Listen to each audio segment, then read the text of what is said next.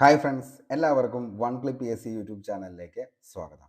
LDC 2024 തയ്യാറെടുക്കുന്ന ഒരു ഉദ്യോഗാർത്ഥിയാണെങ്കിൽ നിങ്ങൾ ഉറപ്പായിട്ടും പഠിച്ചിരിക്കേണ്ട 75 ഹോട്ട് ടോപ്പിക്സുകളും 2021 മുതൽ 2024 വരെ PSC ചോദിച്ച LD നിലവാരത്തിലുള്ള 21 പ്രീവിയസ് ഇയർ ക്വസ്റ്റ്യൻ പേപ്പറുകളും ഏറ്റവും ലേറ്റസ്റ്റ് ആയിട്ട് നടന്ന കൊല്ലം, കണ്ണൂരും ട്രിവാൻഡ്രം LDCയും ഇതിൻ്റെ ചോദ്യങ്ങൾ കൂടി ഉൾപ്പെടുത്തിക്കൊണ്ടുള്ള ഒരു ക്വിക്ക് റിവിഷൻ സ്ട്രാറ്റജിയാണ് നമ്മുടെ LDC റാപ്പിഡ് റിവിഷൻ 2024. ഇതിൻ്റെ അകത്ത് തുടക്കക്കാരായിട്ടുള്ള ഒരു ഉദ്യോഗാർത്ഥിക്ക് പോലും ഒരു 50 മാർക്കിലേക്ക് സ്കോർ ചെയ്യാവുന്ന തരത്തിലാണ് നമ്മൾ ഈ ഒരു റിവിഷൻ സീരീസ് സെറ്റ് ചെയ്തിരിക്കുന്നത്. അതേപോലെ തന്നെ നമ്മൾ നിലവിൽ പഠിച്ച് ഒരു 3 ടൈമെങ്കിലും റിവിഷൻ കഴിഞ്ഞ ഒരു ഉദ്യോഗാർത്ഥിയാണെങ്കിൽ പോലും അവർക്കൊരു ക്വിക്ക് റിവിഷൻ ആയിരിക്കും LDC 2024 റാപ്പിഡ് റിവിഷൻ. അപ്പോൾ മൊത്തമായിട്ട് നിങ്ങൾ വീഡിയോ കാണാനായിട്ട് ശ്രമിക്കുക. ഓരോ ചോദ്യങ്ങളും അതിൻ്റെ അനുബന്ധ വസ്തുതകൾ കൂടിയാണ് നമ്മൾ ഈ ഒരു വീഡിയോയിലൂടെ നിങ്ങളുടെ മുന്നിലേക്ക് എത്തിക്കുന്നത്. ഓക്കെ, അപ്പോൾ എല്ലാ ടോപ്പിക്സുകളും ഏറ്റവും ഇമ്പോർട്ടൻ്റ് ആയതുള്ളത് നമ്മൾ നിലവിൽ ഇതിൻ്റെ അകത്ത് ഡിസ്കസ് ചെയ്ത് തന്നെയാണ് പോകുന്നത്. ഇനി നിങ്ങൾക്ക് എന്തെങ്കിലും അഭിപ്രായം ഉണ്ടെങ്കിൽ താഴെ കമൻറ്റ് ബോക്സിൽ രേഖപ്പെടുത്താം. വീഡിയോ ഇഷ്ടപ്പെടുവാണെങ്കിൽ ഉറപ്പായിട്ടും ലൈക്ക് ചെയ്യുക. ഇതുവരെയും നമ്മുടെ ചാനൽ കാണാത്തൊരു ഉദ്യോഗാർത്ഥിയാണ് കണ്ടുകൊണ്ടിരിക്കുന്നതെങ്കിൽ നിങ്ങൾക്ക് നമ്മുടെ കഴിഞ്ഞ ദിവസത്തെ ക്ലാസ്സിൻ്റെ ലിങ്ക് ഞാൻ ഡിസ്ക്രിപ്ഷൻ ബോക്സിൽ ഒന്ന് പിൻ ചെയ്തേക്കാം. ഒന്ന് പോയി കാണാനായിട്ട് ശ്രമിക്കുക. തീർച്ചയായിട്ടും നിങ്ങൾക്ക് ഉപകാരപ്പെടും. നമ്മുടെ ഇന്നത്തെ ക്ലാസ് എന്ന് പറയുന്നത് റാപ്പിഡ് റിവിഷൻ സീരീസിലെ 7ാമത്തെ ക്ലാസ് ആണ്. അപ്പോൾ ഇതിൻ്റെ അകത്ത് നമ്മൾ ഇന്ന് ചർച്ച ചെയ്യാനായിട്ട് പോകുന്നത് സാമ്പത്തിക ശാസ്ത്രവുമായി ബന്ധപ്പെട്ട വസ്തുതകളാണ്. അപ്പോൾ ഓരോ ചോദ്യവും അതിൻ്റെ അനുബന്ധ വസ്തുതകളും നമുക്ക് ഡിസ്കസ് ചെയ്ത് സെറ്റായി തന്നെ പഠിച്ചു പോകാം. അപ്പോൾ എല്ലാവർക്കും നമ്മുടെ ക്ലാസ്സിലേക്ക് സ്വാഗതം. നമുക്ക് നേരെ ടോപ്പിക്കിലേക്ക് പോകാം. ഓക്കെ, അപ്പോൾ നമുക്ക് ആദ്യത്തെ ചോദ്യത്തിലേക്ക് പോകാം. ഇന്ത്യയിലെ ദാരിദ്ര്യത്തിൻ്റെയും പട്ടിണിയുടെയും കാരണങ്ങളെ ചോർച്ച സിദ്ധാന്തമായി ആവിഷ്കരിച്ചത് ആരാണ്? ഈ ഒരു ചോദ്യം LDC khadi board prelims stage 2 ചോദിച്ച ചോദ്യമാണ്. ഓക്കെ, അതിൻ്റെ ഉത്തരം എന്ന് പറയുന്നത് നമുക്ക് എല്ലാവർക്കും അറിയാം. ആരാണ്? ദാദാഭായ് നവറോജിയാണ്. ഓക്കെ, അപ്പോൾ ഇന്ത്യയിലെ ദാരിദ്ര്യത്തിൻ്റെയും പട്ടിണിയുടെയും കാരണങ്ങളെ ചോർച്ച സിദ്ധാന്തമായി ആവിഷ്കരിച്ചത് ആരാണ് എന്ന് ചോദിച്ചു കഴിഞ്ഞാൽ അതിൻ്റെ ഉത്തരം ദാദാഭായ് നവറോജിയാണ്. ഓക്കെ, ഇന്ത്യൻ സാമ്പത്തിക ശാസ്ത്രത്തിൻ്റെ പിതാവ് എന്നറിയപ്പെടുന്നത് ആരാണ് എന്ന് ചോദിച്ചു കഴിഞ്ഞാൽ അതിൻ്റെ ഉത്തരവും ആര് തന്നെയാണ്? ദാദാഭായ് നവറോജിയാണ്. ചോർച്ച സിദ്ധാന്തത്തിൻ്റെ ഉപജ്ഞാതാവ് അതും ആര് തന്നെയാണ്? ദാദാഭായ് നവറോജി. എക്കണോമിക്സിൽ നമ്മൾ ഏറ്റവും കൂടുതൽ പഠിച്ചേക്കുന്ന ഒരു പോയിന്റ് തന്നെയാണ് ഇന്ത്യൻ സാമ്പത്തിക ശാസ്ത്രം. അതേപോലെ തന്നെ അദ്ദേഹത്തിൻ്റെ ഏറ്റവും പ്രമുഖമായ സിദ്ധാന്തമാണ് ഏതെന്ന് പറയുന്നത് ചോർച്ച സിദ്ധാന്തം, അല്ലെങ്കിൽ ബ്രെയിൻ തിയറി എന്ന തിയറിയുടെ ഉപജ്ഞാതാവ് അത് ആരാന്ന് ചോദിച്ചാൽ ദാദാഭായ് നവറോജി. ലാലാ ലജ്പത് റായ് നമുക്കറിയാം, പഞ്ചാബ് സിംഹം എന്നറിയപ്പെടുന്ന വ്യക്തിയാണ്. അദ്ദേഹത്തിൻ്റെ ഇംഗ്ലണ്ട് ഡബ് ടു ഇന്ത്യ എന്ന പ്രസിദ്ധീകരണത്തിലൂടെയാണ് ദാദാഭായ് നവറോജി ഈ ചോർച്ച സിദ്ധാന്തം ആദ്യമായിട്ട് അവതരിപ്പിക്കുന്നത്. ഓക്കെ, അപ്പോൾ ലാലാ ലജ്പത് റായുടെ ഇംഗ്ലണ്ട് ഡബ് ടു ഇന്ത്യ എന്ന പ്രസിദ്ധീകരണത്തിലൂടെയാണ് നവറോജി ചോർച്ച സിദ്ധാന്തം അവതരിപ്പിച്ചത്. ചോർച്ച സിദ്ധാന്തവുമായി ബന്ധപ്പെട്ട് നവറോജി എഴുതിയ ഗ്രന്ഥമാണ് poverty and un-British rule in India. PSC എക്സാമുകളിൽ ഏറ്റവും കൂടുതൽ എക്കണോമിക്സുമായി ബന്ധപ്പെട്ട് ചോദിച്ചേക്കുന്ന ഒരു ചോദ്യമാണ് നമ്മൾ ഈ പറഞ്ഞത്. അതായത് poverty and un-British rule in India എന്ന് പറയുന്ന കൃതി താഴെ പറയുന്നവയിൽ ആരുടെയാണ് എന്നുള്ളത് എത്ര തവണയാണ് PSC ചോദിച്ചതെന്ന് അറിയത്തില്ല. അത്രയും ഇമ്പോർട്ടൻ്റ് ആയിട്ടുള്ള ഒരു ചോദ്യമാണ്. ഓക്കെ, ഇനി ഇന്ത്യയുടെ സമ്പത്ത് ചോർത്തിയെടുക്കുന്നതാണ് ബ്രിട്ടീഷ് ഭരണമെന്നും അതേപോലെ തന്നെ അത് ഇന്ത്യയെ ദാരിദ്ര്യത്തിലേക്കും സാമ്പത്തിക തകർച്ചയിലേക്കും നയിച്ചുവെന്നും പ്രതിപാദിക്കുന്ന സിദ്ധാന്തമാണ് എന്തെന്ന് പറയുന്നത് ചോർച്ച സിദ്ധാന്തം എന്ന് പറയുന്നത്. ഓക്കെ, അപ്പോൾ എന്താണ് ഈ ബ്രെയിൻ തിയറിയുടെ സമ്മറി എന്ന് ചോദിച്ചു കഴിഞ്ഞാൽ മറ്റൊന്നുമല്ല, ഇന്ത്യയുടെ സമ്പത്ത് ചോർത്തിയെടുക്കുന്നതും അതേപോലെ തന്നെ എന്താണ് ഈ പറയുന്ന ഇന്ത്യയെ ദാരിദ്ര്യത്തിലേക്ക് കൊണ്ടുപോയി എത്തിച്ചതും ആര് തന്നെയാണ്? ബ്രിട്ടീഷുകാർ തന്നെയാണ് എന്ന് പറയുന്നതാണ് എന്തെന്ന് പറയുന്നത് ഈ പറയുന്ന ബ്രെയിൻ തിയറി അല്ലെങ്കിൽ ചോർച്ച സിദ്ധാന്തം പറയുന്നത്. ഇന്ത്യൻ സമ്പത്തിൻ്റെ ചോർച്ചയ്ക്കുള്ള പ്രധാനപ്പെട്ട കാരണങ്ങൾ എന്തായിരുന്നു എന്ന് ചോദിച്ചു കഴിഞ്ഞാൽ അദ്ദേഹം കണ്ടെത്തിയത് ഇങ്ങനെയാണ്. അതായത് ഇന്ത്യയിൽ ജോലി ചെയ്തിരുന്ന ബ്രിട്ടീഷ് ഉദ്യോഗസ്ഥർക്ക് ഉയർന്ന ശമ്പളം നൽകൽ ഒന്നാമത്തെ കാരണം എന്ന് പറയുന്നത്. ഇന്ത്യയിൽ ജോലി ചെയ്തിരുന്ന ബ്രിട്ടീഷ് ഉദ്യോഗസ്ഥർക്ക് ഉയർന്ന ശമ്പളം നൽകൽ, അതേപോലെ തന്നെ ഇന്ത്യയിലെ അസംസ്കൃത വസ്തുക്കൾ തുച്ഛമായ വില നൽകി ശേഖരിച്ചു. അതിനുശേഷം ആ ഉൽപ്പന്നങ്ങൾ എന്ത് ചെയ്യാണ്? കൂടിയ വിലയ്ക്ക് ഇന്ത്യൻ കമ്പോളത്തെ തന്നെ വിറ്റഴിക്കുന്നത്. ഓക്കെ, ഇതായിരുന്നു അവരുടെ ഏറ്റവും വലിയ തന്ത്രം എന്ന് പറയുന്നത്. ഓക്കെ, അപ്പോൾ ഇന്ത്യയിൽ നിന്നും അസംസ്കൃത വസ്തുക്കൾ എന്ത് ചെയ്യുന്നു, വാങ്ങുന്നു. അതിനുശേഷം അവർ എന്ത് ചെയ്യുന്നു, അതൊരു പ്രൊഡക്റ്റ് ആക്കിയതിനു ശേഷം വീണ്ടും ഇന്ത്യയുടെ കമ്പോളത്തിൽ തന്നെ അത് വിറ്റഴിക്കുന്നത്. ആ പ്രൊഡക്റ്റ് ആക്കി മാറ്റി കഴിയുമ്പോൾ അതിന് വരുന്ന പ്രൈസ് എന്ന് പറയുന്നത് ചീപ്പ് പ്രൈസിന് വാങ്ങിയ കാര്യമാണ് പിന്നീട് അവർ എന്ത് ചെയ്യുന്നത്, വലിയൊരു വിലയ്ക്ക് അവിടെ കമ്പോളത്തിൽ കൊണ്ടുപോയി വിൽക്കുന്നത്. അപ്പോൾ ഈ ഒരു സ്ട്രാറ്റജി ആയിരുന്നു ഏറ്റവും വലിയ ഇന്ത്യയെ ദാരിദ്ര്യത്തിലേക്ക് കൊണ്ടുപോയി എത്തിക്കുന്നത് എന്നുള്ള ഒരു കാര്യവും ആര് വിലയിരുത്തി പറയുകയാണ്, ദാദാബായി വിലയിരുത്തി പറയുകയാണ്. എന്തിലൂടെ? ചോർച്ചാ സിദ്ധാന്തം എന്ന് പറയുന്ന ആ ഒരു സിദ്ധാന്തത്തിലൂടെ. ഓക്കെ, ബ്രിട്ടന്റെ സാമ്രാജ്യത്വ വികസനത്തിനു വേണ്ടി ഇന്ത്യൻ സമ്പത്ത് കൊള്ളയടിക്കൽ, അതായിരുന്നു ശരിക്കും എന്ത് ഇവിടെ നടന്നുകൊണ്ടിരിക്കുന്നത്. ഓക്കെ, അതായത് നമ്മുടെ ഇവിടെയുള്ള എല്ലാ സമ്പത്തുകളും ആര് ചോർത്തിക്കൊണ്ടു പോവുകയാണ്, ബ്രിട്ടീഷ് ചോർത്തിക്കൊണ്ടു പോവുകയാണ് എന്നുള്ള കാര്യം വളരെ വ്യക്തമായി പറഞ്ഞ ഒരാളാണ് ആരെന്ന് പറയുന്നത്, ദാദാബായ് നവറോജി. ഇന്ത്യൻ തൊഴിലാളികളെ അടിമകളെ പോലെ പണിയെടുപ്പിക്കുകയും കാർഷിക വ്യാവസായിക ഉൽപ്പന്നങ്ങൾ ബ്രിട്ടനിലേക്ക് കയറ്റി അയക്കുകയും ചെയ്യൽ. ഓക്കെ, അപ്പോൾ ഇന്ത്യൻ തൊഴിലാളികളെ അടിമകളെ പോലെ തന്നെയാണ് പണിയെടുപ്പിച്ചുകൊണ്ടിരുന്നത്. കാരണം എന്താണ്, അവർ ചെയ്യുന്ന ജോലിക്കൊന്നും അവർക്ക് വേണ്ട വേതനം നൽകിയിരുന്നില്ല. പകരം അവർക്ക് തുച്ഛമായ വേതനം നൽകി അവരെ കൊണ്ട് പണിയെടുപ്പിക്കുന്നു. അവർ പണിയെടുത്ത സാധനങ്ങൾ ഓരോന്നും ഇവിടെ നിന്ന് എന്ത് ചെയ്യുകയാണ്, ബ്രിട്ടനിലേക്ക് കയറ്റി അയക്കുകയാണ്. ഇതായിരുന്നു അവരിവിടെ നടത്തിക്കൊണ്ടിരുന്നത്. ജയിൽ ജീവിത ചെലവ് സൂചിക പ്രകാരം ഇന്ത്യയിൽ ആദ്യമായി ദാരിദ്ര്യരേഖ കണക്കാക്കിയ വ്യക്തി ആരാന്ന് ചോദിച്ചാൽ അതിൻ്റെ ഉത്തരവും ആര് തന്നെയാണ്, നമ്മുടെ ദാദാബായ് നവറോജിയാണ്. അതേപോലെ തന്നെ നമുക്കറിയാം, ഇന്ത്യൻ നാഷണൽ കോൺഗ്രസ് നമ്മൾ പഠിച്ചു കഴിഞ്ഞപ്പോൾ ആ ഒരു സമയത്ത് ഡിസ്കസ് ചെയ്തൊരു പോയിന്റാണ് ദാദാബായ് നവറോജി. അതായത് എന്താണ്, ഇന്ത്യക്ക് ഇന്ത്യൻ നാഷണൽ കോൺഗ്രസ് എന്ന് പറയുന്ന ആ ഒരു സംഘടനയ്ക്ക് ആ പേര് നൽകിയ വ്യക്തി ആരാണ് എന്ന് ചോദിച്ചു കഴിഞ്ഞാൽ അതിൻ്റെ ഉത്തരവും ആര് തന്നെയാണ്, ദാദാബായ് നവറോജി എന്ന് പറയുന്ന വ്യക്തിയാണ് ഇന്ത്യൻ നാഷണൽ കോൺഗ്രസിന് ആ പേര് നിർദ്ദേശിച്ച വ്യക്തി എന്ന് പറയുന്നത്. ഓക്കെ, അതേപോലെ തന്നെ ഇത്രയും കാര്യങ്ങളാണ് ദാദാബായ് നവറോജിയുമായിട്ട് ഏറ്റവും ഇമ്പോർട്ടൻ്റ് ആയിട്ട് നമ്മൾ പഠിച്ചിരിക്കേണ്ടത്. അപ്പോൾ ഈ കാര്യങ്ങൾ ഒന്ന് ഓർത്തിരിക്കാനായിട്ട് ശ്രമിക്കുക. ഓക്കെ, അടുത്ത ചോദ്യത്തിലേക്ക് പോവാം. താഴെ തന്നിരിക്കുന്നവയിൽ ദാദാഭായ് നവറോജിയുടെ പുസ്തകം ഏതാണ്? ഓക്കെ, രണ്ടാമത്തെ ചോദ്യം നമ്മൾ ഇപ്പോൾ ഡിസ്കസ് ചെയ്തതാണ്. അതായത് ഏതാണ്, poverty and un-British rule in India എന്ന് പറയുന്ന പുസ്തകമാണ് ദാദാഭായ് നവറോജിയുടെ പുസ്തകം എന്ന് പറയുന്നത്. ദാദാഭായ് നവറോജിയുടെ മറ്റു പുസ്തകങ്ങൾ ഏതൊക്കെയാണെന്ന് ചോദിച്ചു കഴിഞ്ഞാൽ ഈ 3 ടെക്സ്റ്റ് ബുക്കുകളും അദ്ദേഹത്തിന് എന്ത് ചെയ്യുക, പഠിക്കുക. ഓക്കെ, ഡ്രെയിൻ ഓഫ് വെൽത്ത് എന്ന് പറയുന്നത് ആരുടെയാണ് എന്ന് ചോദിച്ചു കഴിഞ്ഞാൽ ദാദാഭായ് നവറോജിയുടെ പുസ്തകമാണ് ഡ്രെയിൻ ഓഫ് വെൽത്ത്.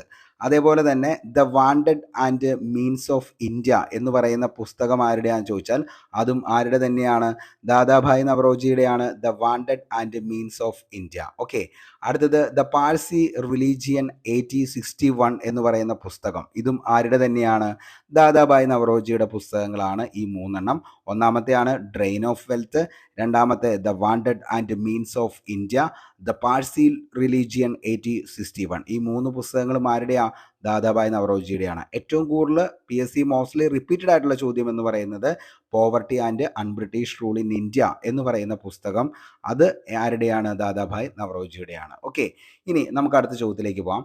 ഇന്ത്യൻ പഞ്ചവത്സര പദ്ധതിയുടെ ശില്പി ആരാണ്? ഓക്കെ, ഇന്ത്യൻ പഞ്ചവത്സര പദ്ധതിയുടെ ശില്പി ആരാണ് എന്ന് ചോദിച്ചു കഴിഞ്ഞാൽ അത് ആരാണ്, പ്രശാന്ത ചന്ദ്ര മഹലനോബിസ്. നമ്മൾ PSC മഹലനോബിസ് എന്ന് പറയില്ലേ, ആ വ്യക്തി തന്നെയാണ് ഇന്ത്യൻ പഞ്ചവത്സര പദ്ധതിയുടെ പിതാവ് എന്നറിയപ്പെടുന്നത്. ശില്പി ഇന്ത്യൻ പഞ്ചവത്സര പദ്ധതിയുടെ ശില്പി. ഇന്ത്യൻ പ്ലാനിങ്ങിന്റെ ശില്പി എന്നറിയപ്പെടുന്ന ആരാന്ന് ചോദിച്ചു കഴിഞ്ഞാൽ ബീറ്റ് ഫോറസ്റ്റ് ഓഫീസർ 2023 ചോദിച്ച ചോദ്യമാണ്. അതിൻ്റെ ഉത്തരവും ആര് തന്നെയാ, പ്രശാന്ത ചന്ദ്ര മഹലനോബിസ് ആണ്. ഇന്ത്യൻ സ്റ്റാറ്റിസ്റ്റിക്കൽ ഇൻസ്റ്റിറ്റ്യൂട്ടിന്റെ സ്ഥാപകൻ ആരാന്ന് ചോദിച്ചു കഴിഞ്ഞാൽ അതിൻ്റെ ഉത്തരവും ആര് തന്നെയാ, PC മഹലനോബിസ് ആണ് ഇന്ത്യൻ സ്റ്റാറ്റിസ്റ്റിക്കൽ ഇൻസ്റ്റിറ്റ്യൂട്ടിന്റെ സ്ഥാപകൻ എന്ന് പറയുന്നത് PC മഹലനോബിസ് ആണ്. ഓക്കെ, അപ്പോൾ PC മഹലനോബിസുമായി ബന്ധപ്പെട്ട് ഏറ്റവും കൂടുതൽ 2021-24 ചോദിച്ച ചോദ്യമാണ് ഇത്രയും. ഇന്ത്യൻ പഞ്ചവത്സര പദ്ധതിയുടെ ശില്പി, ഇന്ത്യൻ പ്ലാനിങ്ങിന്റെ ശില്പി, ഇന്ത്യൻ സ്റ്റാറ്റിസ്റ്റിക്കൽ ഇൻസ്റ്റിറ്റ്യൂട്ടിന്റെ സ്ഥാപകൻ എന്നറിയപ്പെടുന്നതും ആര് തന്നെയാ, PC മഹലനോബിസ് ആണ്. ഓക്കെ, ഇനി PC മഹലനോബിസ് ഇന്ത്യൻ ആസൂത്രണത്തിന്റെ ശില്പി, സ്വതന്ത്ര ഇന്ത്യയിൽ ആദ്യമായി ദേശീയ വരുമാനം കണക്കാക്കിയ വ്യക്തി ആരാന്ന് ചോദിച്ചാൽ അതിൻ്റെ ഉത്തരവും ആര് തന്നെയാ, PC മഹലനോബിസ് ആണ്. ഓക്കെ, അപ്പോൾ ഇന്ത്യൻ ആസൂത്രണത്തിന്റെ ശില്പി, സ്വതന്ത്ര ഇന്ത്യയിൽ ആദ്യമായി ദേശീയ വരുമാനം കണക്കാക്കിയ വ്യക്തിയും PC മഹലനോബിസ് ആണ്. ഇനി സെൻട്രൽ സ്റ്റാറ്റിസ്റ്റിക്കൽ ഓർഗനൈസേഷൻ രൂപീകരിക്കുന്നതിൽ മുഖ്യ പങ്ക് വഹിച്ചത് താഴെ പറയുന്നവയിൽ ആരാണ് എന്ന് ചോദിച്ചാൽ അതിൻ്റെ ഉത്തരവും ആര് തന്നെയാണ്? PC മഹലനോബിസ് ആണ് സെൻട്രൽ സ്റ്റാറ്റിസ്റ്റിക്കൽ ഓർഗനൈസേഷൻ രൂപീകരിക്കുന്നതിൽ മുഖ്യ പങ്ക് വഹിച്ചത്. 1931 ഡിസംബർ 17 കൊൽക്കത്തയിൽ ഇന്ത്യൻ സ്റ്റാറ്റിസ്റ്റിക്കൽ ഇൻസ്റ്റിറ്റ്യൂട്ട് സ്ഥാപിച്ചു. അപ്പോൾ ഇന്ത്യൻ സ്റ്റാറ്റിസ്റ്റിക്കൽ ഇൻസ്റ്റിറ്റ്യൂട്ട് കൊൽക്കത്തയിൽ സ്ഥാപിച്ചത് 1931. ഇന്ത്യൻ സ്ഥിതിവിവരശാസ്ത്ര വിഭാഗത്തിൻ്റെ പിതാവ് എന്നറിയപ്പെടുന്നത് ആരാണ് എന്ന് ചോദിച്ചു കഴിഞ്ഞാൽ അതും ആര് തന്നെയാണ്? PC മഹലനോബിസ് ആണ് ഇന്ത്യൻ സ്ഥിതിവിവര ശാസ്ത്ര വിഭാഗത്തിൻ്റെ പിതാവ്. ഇന്ത്യൻ സ്റ്റാറ്റിസ്റ്റിക് ദിനം ആചരിക്കുന്നത് എന്നാണ് എന്ന് ചോദിച്ചു കഴിഞ്ഞാൽ ജൂൺ 29 ഇന്ത്യൻ സ്റ്റാറ്റിസ്റ്റിക്സ് ദിനം ആചരിക്കുന്നത് ജൂൺ 29. മഹലനോബിസിൻ്റെ ജന്മദിനമാണ് എന്തെന്ന് പറയുന്നത് ഈ ജൂൺ 29. അന്നാണ് നമ്മൾ എന്തായിട്ട് ആചരിക്കുന്നത്? ഇന്ത്യൻ സ്റ്റാറ്റിസ്റ്റിക് ദിനമായിട്ട് ആചരിക്കുന്നത് ജൂൺ 29. ഇനി ഇന്ത്യൻ ബജറ്റിൻ്റെ പിതാവ് എന്നറിയപ്പെടുന്നത് ആരാന്ന് ചോദിച്ചു കഴിഞ്ഞാൽ മഹലനോബിസ് ആണ് ഇന്ത്യൻ ബജറ്റിൻ്റെ പിതാവ്. ഇനി അദ്ദേഹത്തിൻ്റെ ഏറ്റവും ഇമ്പോർട്ടൻ്റ് ആയിട്ടുള്ള ഒരു പ്രസിദ്ധീകരണമുണ്ട്. PSCക്ക് അത് വളരെ ഇഷ്ടപ്പെട്ട ഒരു കാര്യമാണ്. സംഖ്യ എന്ന് പറയുന്ന പ്രസിദ്ധീകരണം. PC മഹലനോബിസ് ആരംഭിച്ച പ്രസിദ്ധീകരണമാണ് സംഖ്യ എന്ന് പറയുന്നത്. അത് PSC എക്സാമുകളിൽ ചോദിച്ചിട്ടുമുണ്ട്. ഓക്കെ, അടുത്ത ചോദ്യവും അത് തന്നെയാണ്. PC മഹലനോബിസ് ആരംഭിച്ച പ്രസിദ്ധീകരണം ഏതാണ് എന്ന് ചോദിച്ചു കഴിഞ്ഞാൽ അതാണ് ഏതെന്ന് പറയുന്നത് സംഖ്യ എന്ന് പറയുന്ന പ്രസിദ്ധീകരണം താഴെ പറയുന്നവയിൽ ആരാണ് ആരംഭിച്ചത്? ഒത്തിരി എക്സാമിന് ചോദിച്ചിട്ടുണ്ട്. 10th ലെവൽ പ്രിലിംസ് ചോദിച്ചിട്ടുണ്ട്. അതേപോലെ തന്നെ നമ്മുടെ ഖാദി ബോർഡ് LDCക്ക് ചോദിച്ചിട്ടുണ്ട്, ബീറ്റ് ഫോറസ്റ്റ് ഓഫീസർ. അപ്പോൾ ഇത്രയും കാര്യങ്ങളിൽ നിലവിൽ വന്നിരിക്കുന്നതാണ് ഈ ഒരു ചോദ്യം. അതുകൊണ്ട് തന്നെ ഇമ്പോർട്ടൻ്റ് ആണ്. സംഖ്യ എന്ന് പറയുന്ന പ്രസിദ്ധീകരണം ആരുടെയാണ് എന്ന് ചോദിച്ചു കഴിഞ്ഞാൽ അത് PC മഹലനോബിസിൻ്റെയാണ്. ഓക്കെ, ഇനി ഇന്ത്യൻ സ്റ്റാറ്റിസ്റ്റിക്കൽ ഇൻസ്റ്റിറ്റ്യൂട്ട് ഔദ്യോഗിക പ്രസിദ്ധീകരണമാണ് ഏതെന്ന് പറയുന്നത് ഈ പറയുന്ന സംഖ്യ എന്ന് പറയുന്നത്. അപ്പോൾ ഇന്ത്യൻ സ്റ്റാറ്റിസ്റ്റിക്കൽ ഇൻസ്റ്റിറ്റ്യൂട്ടിൻ്റെ ഔദ്യോഗിക പ്രസിദ്ധീകരണമാണ് എന്ത്? സംഖ്യ എന്ന് പറയുന്നത്. 1933 PC മഹലനോബിസ് സ്ഥാപിച്ച ഇന്ത്യൻ സ്റ്റാറ്റിസ്റ്റിക്കൽ ജേണലായ സംഖ്യ ആദ്യമായി 1933 ജൂണിലാണ് ഇത് പ്രസിദ്ധീകരിച്ചത്. ഓക്കെ, അപ്പോൾ 1933 PC മഹലനോബിസ് സ്ഥാപിച്ച ഇന്ത്യൻ സ്റ്റാറ്റിസ്റ്റിക് ജേണലാണ് സംഖ്യ എന്ന് പറയുന്നത്. ഇത് ജൂണിലാണ് എന്ത് ചെയ്യുന്നത്? പ്രസിദ്ധീകരണം ആരംഭിക്കുന്നത്. ഓക്കെ, ഇമ്പോർട്ടൻ്റ് ആണ്. സംഖ്യ 1933, അതേപോലെ തന്നെ PC മഹലനോബിസ്. 1961 ജേണൽ 2 സീരീസുകളായിട്ട് വിഭജിക്കുകയാണ്. ഓക്കെ, അപ്പോൾ ഈ സംഖ്യ എന്ന് പറയുന്ന എന്താണ് ഈ ജേണൽ അല്ലെങ്കിൽ പ്രസിദ്ധീകരണം എന്താണ്? 2 ആയിട്ടാണ് ഡിവൈഡ് ചെയ്യുകയാണ്. അതായത് ഗണിതശാസ്ത്ര സ്ഥിതിവിവര കണക്കുകളിൽ ശ്രദ്ധ കേന്ദ്രീകരിച്ച സീരീസാണ് A എന്ന് പറയുന്നത്. അപ്പോൾ അതിൻ്റെ അകത്ത് സീരീസ് A എന്ന് പറയുന്നത് എന്താണെന്ന് ചോദിച്ചു കഴിഞ്ഞാൽ ഗണിതശാസ്ത്ര സ്ഥിതിവിവര കണക്കുകളിൽ ശ്രദ്ധ കേന്ദ്രീകരിച്ചതായിരുന്നു ഏതെന്ന് പറയുന്നത് സീരീസ് A എന്ന് പറയുന്നത്. അപ്പോൾ ഗണിതശാസ്ത്രം അതേപോലെ തന്നെ സ്ഥിതിവിവര കണക്ക് അതായിരുന്നു അതിൻ്റെ അകത്ത് എന്ത് ചെയ്തിരുന്നത്? പ്രതിപാദിച്ചിരുന്ന വിഷയം. ഇനി സ്റ്റാറ്റിസ്റ്റിക്കൽ രീതികളും ആപ്ലിക്കേഷനുകളും ശ്രദ്ധ കേന്ദ്രീകരിച്ചതാണ് സീരീസ് B എന്ന് പറയുന്നത്. ഓക്കെ, അപ്പോൾ സ്റ്റാറ്റിസ്റ്റിക്സുമായിട്ട് ബന്ധപ്പെട്ട എല്ലാ എന്താണ് ഫോർമുലാസ്, കാര്യങ്ങൾ, ആപ്ലിക്കേഷൻസ് എല്ലാം വരുന്നത് ഏതിലാണെന്ന് ചോദിച്ചു കഴിഞ്ഞാൽ ഏതിലാണ്? ഈ പറയുന്ന സീരീസ് ബിയിലാണ്. ഇനി മൂന്നാമത്തെ സീരീസ് ആയിരുന്നു സീരീസ് C എന്ന് പറയുന്നത്. 1974 ഈ ഒരു സീരീസ് ചേർത്തത് പുതിയതായിട്ട്. കൂടാതെ സാമ്പിൾ സർവേകളും ഒന്നിടവിട്ട പ്രശ്നങ്ങളിൽ ക്വാണ്ടിറ്റേറ്റീവ് എക്കണോമിക്സും ഈ ഒരു സീരീസിൽ ഉൾപ്പെടുത്തുകയാണ്. ഓക്കെ, അപ്പോൾ 2 പാർട്ടായിട്ടാണ് ആദ്യം ഈ പറയുന്ന സംഖ്യ എന്ന് പറയുന്ന ആ ഒരു ജേണൽ പ്രസിദ്ധീകരിച്ചത്. അതിനുശേഷം മൂന്നാമതൊരു സീരീസ് വന്നത് 1974 ആ സീരീസിൽ മെയിനായിട്ട് ഫോക്കസ് ചെയ്യുന്ന എന്താണെന്ന് ചോദിച്ചു കഴിഞ്ഞാൽ എന്താണ്? അതായത് സാമ്പിൾ സർവേ, അതേപോലെ തന്നെ എന്താണ് ക്വാണ്ടിറ്റേറ്റീവ് എക്കണോമിക്സ്, ഇതൊക്കെയായിരുന്നു ഏതിൻ്റെ അകത്ത് വന്നത്? മൂന്നാമത്തെ സീരീസിൽ വന്നത്. ഓക്കെ, അപ്പോൾ സംഖ്യ എന്ന് പറയുന്നത് 1933 PC മഹലനോബിസ് സ്ഥാപിച്ചത്. സ്റ്റാറ്റിസ്റ്റിക്കൽ ജേണലായിരുന്നു ഇതെന്ന് പറയുന്നത്. അതേപോലെ തന്നെ എന്താണ് 1961 2 സീരീസായിട്ട് അതിനെന്ത് ചെയ്യാണ്? ഡിവൈഡ് ചെയ്യാണ്. സീരീസ് A എന്നും സീരീസ് B എന്നും. സീരീസ് A എന്ന് പറയുന്നത് മെയിനായിട്ട് ഫോക്കസ് ചെയ്യുന്ന എന്തിലായിരുന്നു എന്ന് ചോദിച്ചു കഴിഞ്ഞാൽ സ്ഥിതിവിവര കണക്കുകളിലാണ്, അതേപോലെ തന്നെ ഗണിതശാസ്ത്രത്തിനും. ഇനി സ്റ്റാറ്റിസ്റ്റിക്കൽ B സ്റ്റാറ്റിസ്റ്റിക്കൽ രീതികളും ആപ്ലിക്കേഷനുമാണ് ഏതെന്ന് പറയുന്നത് സീരീസ് ബിയിൽ. ഓക്കെ, പിന്നീട് 1974 കൂട്ടിച്ചേർത്താണ് മൂന്നാമത്തെ സീരീസ്. അതിൻ്റെ അകത്ത് നമ്മൾ എന്താണ് പറയുന്നതെന്ന് ചോദിച്ചു കഴിഞ്ഞാൽ എന്താണ് ക്വാണ്ടിറ്റേറ്റീവ് എക്കണോമിക്സും അതേപോലെ തന്നെ സർവേകളും സാമ്പിൾ സർവേകളും അതിൻ്റെ പ്രോബ്ലംസുമാണ് അതിൻ്റെ അകത്ത് ഉൾപ്പെടുത്തിയത്. വളരെ വ്യക്തമായെന്ന് കരുതുന്നു. നമുക്ക് ദേശീയ വരുമാനത്തിലേക്ക് പോകാം. വെരി വെരി ഇമ്പോർട്ടൻ്റ് ആയിട്ടുള്ള ഒരു ടോപ്പിക്കാണ്. ഓക്കെ, ഇന്ത്യയിൽ ദേശീയ വരുമാനം കണക്കാക്കുന്ന സ്ഥാപനം ഏതാണ്? ഒത്തിരി തവണ PSC ചോദിച്ച ചോദ്യമാണ്. ഇന്ത്യയിൽ ദേശീയ വരുമാനം കണക്കാക്കുന്ന സ്ഥാപനം ഏതാണെന്ന് ചോദിച്ചു കഴിഞ്ഞാൽ സെൻട്രൽ സ്റ്റാറ്റിസ്റ്റിക്കൽ ഓർഗനൈസേഷനാണ് ഇന്ത്യയിൽ ദേശീയ വരുമാനം കണക്കാക്കുന്ന സ്ഥാപനം എന്ന് പറയുന്നത്. ഇന്ത്യയുടെ ദേശീയ വരുമാനം കണക്കാക്കുന്നതിനുള്ള സർക്കാർ ഏജൻസിയാണ് ഏത്? സെൻട്രൽ സ്റ്റാറ്റിസ്റ്റിക്കൽ ഓഫീസ് എന്ന് പറയുന്നത്. മുൻപ് ഇത് അറിയപ്പെട്ടിരുന്നത് സെൻട്രൽ സ്റ്റാറ്റിസ്റ്റിക്കൽ ഓർഗനൈസേഷൻ എന്ന പേരിലാണ് മുൻപ് അറിയപ്പെട്ടത്. നിലവിൽ ഇത് പ്രവർത്തിക്കുന്നത് കേന്ദ്ര സ്ഥിതിവിവര പദ്ധതി നിർവഹണ മന്ത്രാലയത്തിൻ്റെ കീഴിലാണ് ഏത്? ഈ പറയുന്ന നമ്മുടെ സെൻട്രൽ സ്റ്റാറ്റിസ്റ്റിക്കൽ ഓർഗനൈസേഷൻ പ്രവർത്തിക്കുന്നത്. ഇതിൻ്റെ ആസ്ഥാനം സ്ഥിതി ചെയ്യുന്നത് എവിടെയാണെന്ന് ചോദിച്ചു കഴിഞ്ഞാൽ ഡൽഹിയിലാണ്. സെൻട്രൽ സ്റ്റാറ്റിസ്റ്റിക്കൽ ഓർഗനൈസേഷൻ്റെ ആസ്ഥാനം സ്ഥിതി ചെയ്യുന്നത് എവിടെയാണ്? ഡൽഹിയിലാണ്. ഈ CSOയുടെ തലവൻ ആരാന്ന് ചോദിച്ചു കഴിഞ്ഞാൽ ഡയറക്ടർ ജനറൽ ആണ്. ഓക്കെ, ഡയറക്ടർ ജനറൽ DG ആണ് ഇതിൻ്റെ എന്തെന്ന് പറയുന്നത്? ഇതിൻ്റെ ഡയറക്ടർ ജനറൽ എന്ന് പറയുന്നത് CSOയുടെ തലവനാണ് ഡയറക്ടർ ജനറൽ എന്ന് പറയുന്നത്. CSOയുടെ ഔദ്യോഗിക ബുള്ളറ്റിനാണ് ധവളപത്രം. ഓക്കെ, അപ്പോൾ ധവളപത്രമാണ് ഇതിൻ്റെ ഔദ്യോഗിക ബുള്ളറ്റിൻ എന്ന് പറയുന്നത്. പ്രസിദ്ധീകരിച്ചത് 1956 ഇനി CSOയുടെ പ്രധാന ചുമതലകൾ സ്ഥിതിവിവര കണക്കുകളുടെ സംയോജനവും അതേപോലെ തന്നെ വിശകലനവും നടത്തുന്നത്. ഇതാണ് ശരിക്കും CSOയുടെ പ്രധാന ചുമതലകൾ എന്ന് പറയുന്നത്. സ്ഥിതിവിവര കണക്കുകൾ ഉപയോഗപ്പെടുത്തി ദേശീയ വരുമാനം കണ്ടെത്തുന്നു. സ്ഥിതിവിവര കണക്കുകൾ ഉപയോഗപ്പെടുത്തിയിട്ട് ദേശീയ വരുമാനം കണ്ടെത്തുന്നത് ആരാന്ന് ചോദിച്ചു കഴിഞ്ഞാൽ സെൻട്രൽ സ്റ്റാറ്റിസ്റ്റിക്കൽ ഓർഗനൈസേഷനാണ് ഇതിൻ്റെ മൊത്തം, അതായത് ഇന്ത്യയുടെ ദേശീയ വരുമാനം കണ്ടെത്തുക എന്നുള്ള ആ ഒരു കാര്യം നിർവഹിക്കുന്നത് ആരാന്ന് ചോദിച്ചു കഴിഞ്ഞാൽ CSO ആണ്. ഓക്കെ, അപ്പോൾ ഇത്രയും കാര്യങ്ങൾ ഇതുമായി ബന്ധപ്പെട്ട് പഠിച്ചു വച്ചോ, ഇമ്പോർട്ടൻ്റ് ആണ്, വെരി വെരി ഇമ്പോർട്ടൻ്റ്. ഓക്കെ, അപ്പോൾ ഇന്ത്യയുടെ ദേശീയ വരുമാനം കണക്കാക്കുന്നതിനുള്ള സർക്കാർ ഏജൻസിയുടെ പേരാണ് എന്തെന്ന് പറയുന്നത്? സെൻട്രൽ സ്റ്റാറ്റിസ്റ്റിക്കൽ ഓർഗനൈസേഷൻ എന്ന് പറയുന്നത്. ഓക്കെ, അപ്പോൾ ഇമ്പോർട്ടൻ്റ് ആണ്, നോക്കിക്കോ. അടുത്ത നമുക്ക് കൺഫ്യൂസിങ് ഫാക്റ്റ് ആണ്. എപ്പോഴും PSC നമുക്ക് ചോദിച്ചു കഴിയുമ്പോൾ തെറ്റിപ്പോകുന്ന കൺഫ്യൂസിങ് ആണ് ഫാക്റ്റാണ് ഇതെന്ന് പറയുന്നത്. ഇന്ത്യയിൽ ആദ്യമായി ദേശീയ വരുമാനം ശാസ്ത്രീയമായി കണക്കാക്കിയ വ്യക്തി ആരാണ്? VKRV റാവു ആണ്. വെരി വെരി ഇമ്പോർട്ടൻ്റ് ആണ്. ഇന്ത്യയിൽ ആദ്യമായി ദേശീയ വരുമാനം ശാസ്ത്രീയമായി, ഇവിടെയാണ് പോയിന്റ് നമ്മുടെ ഇരിക്കുന്നത്, ശാസ്ത്രീയമായി കണക്കാക്കിയ വ്യക്തിയാണ് VKRV റാവു എന്ന് പറയുന്നത്. അതെന്നാ?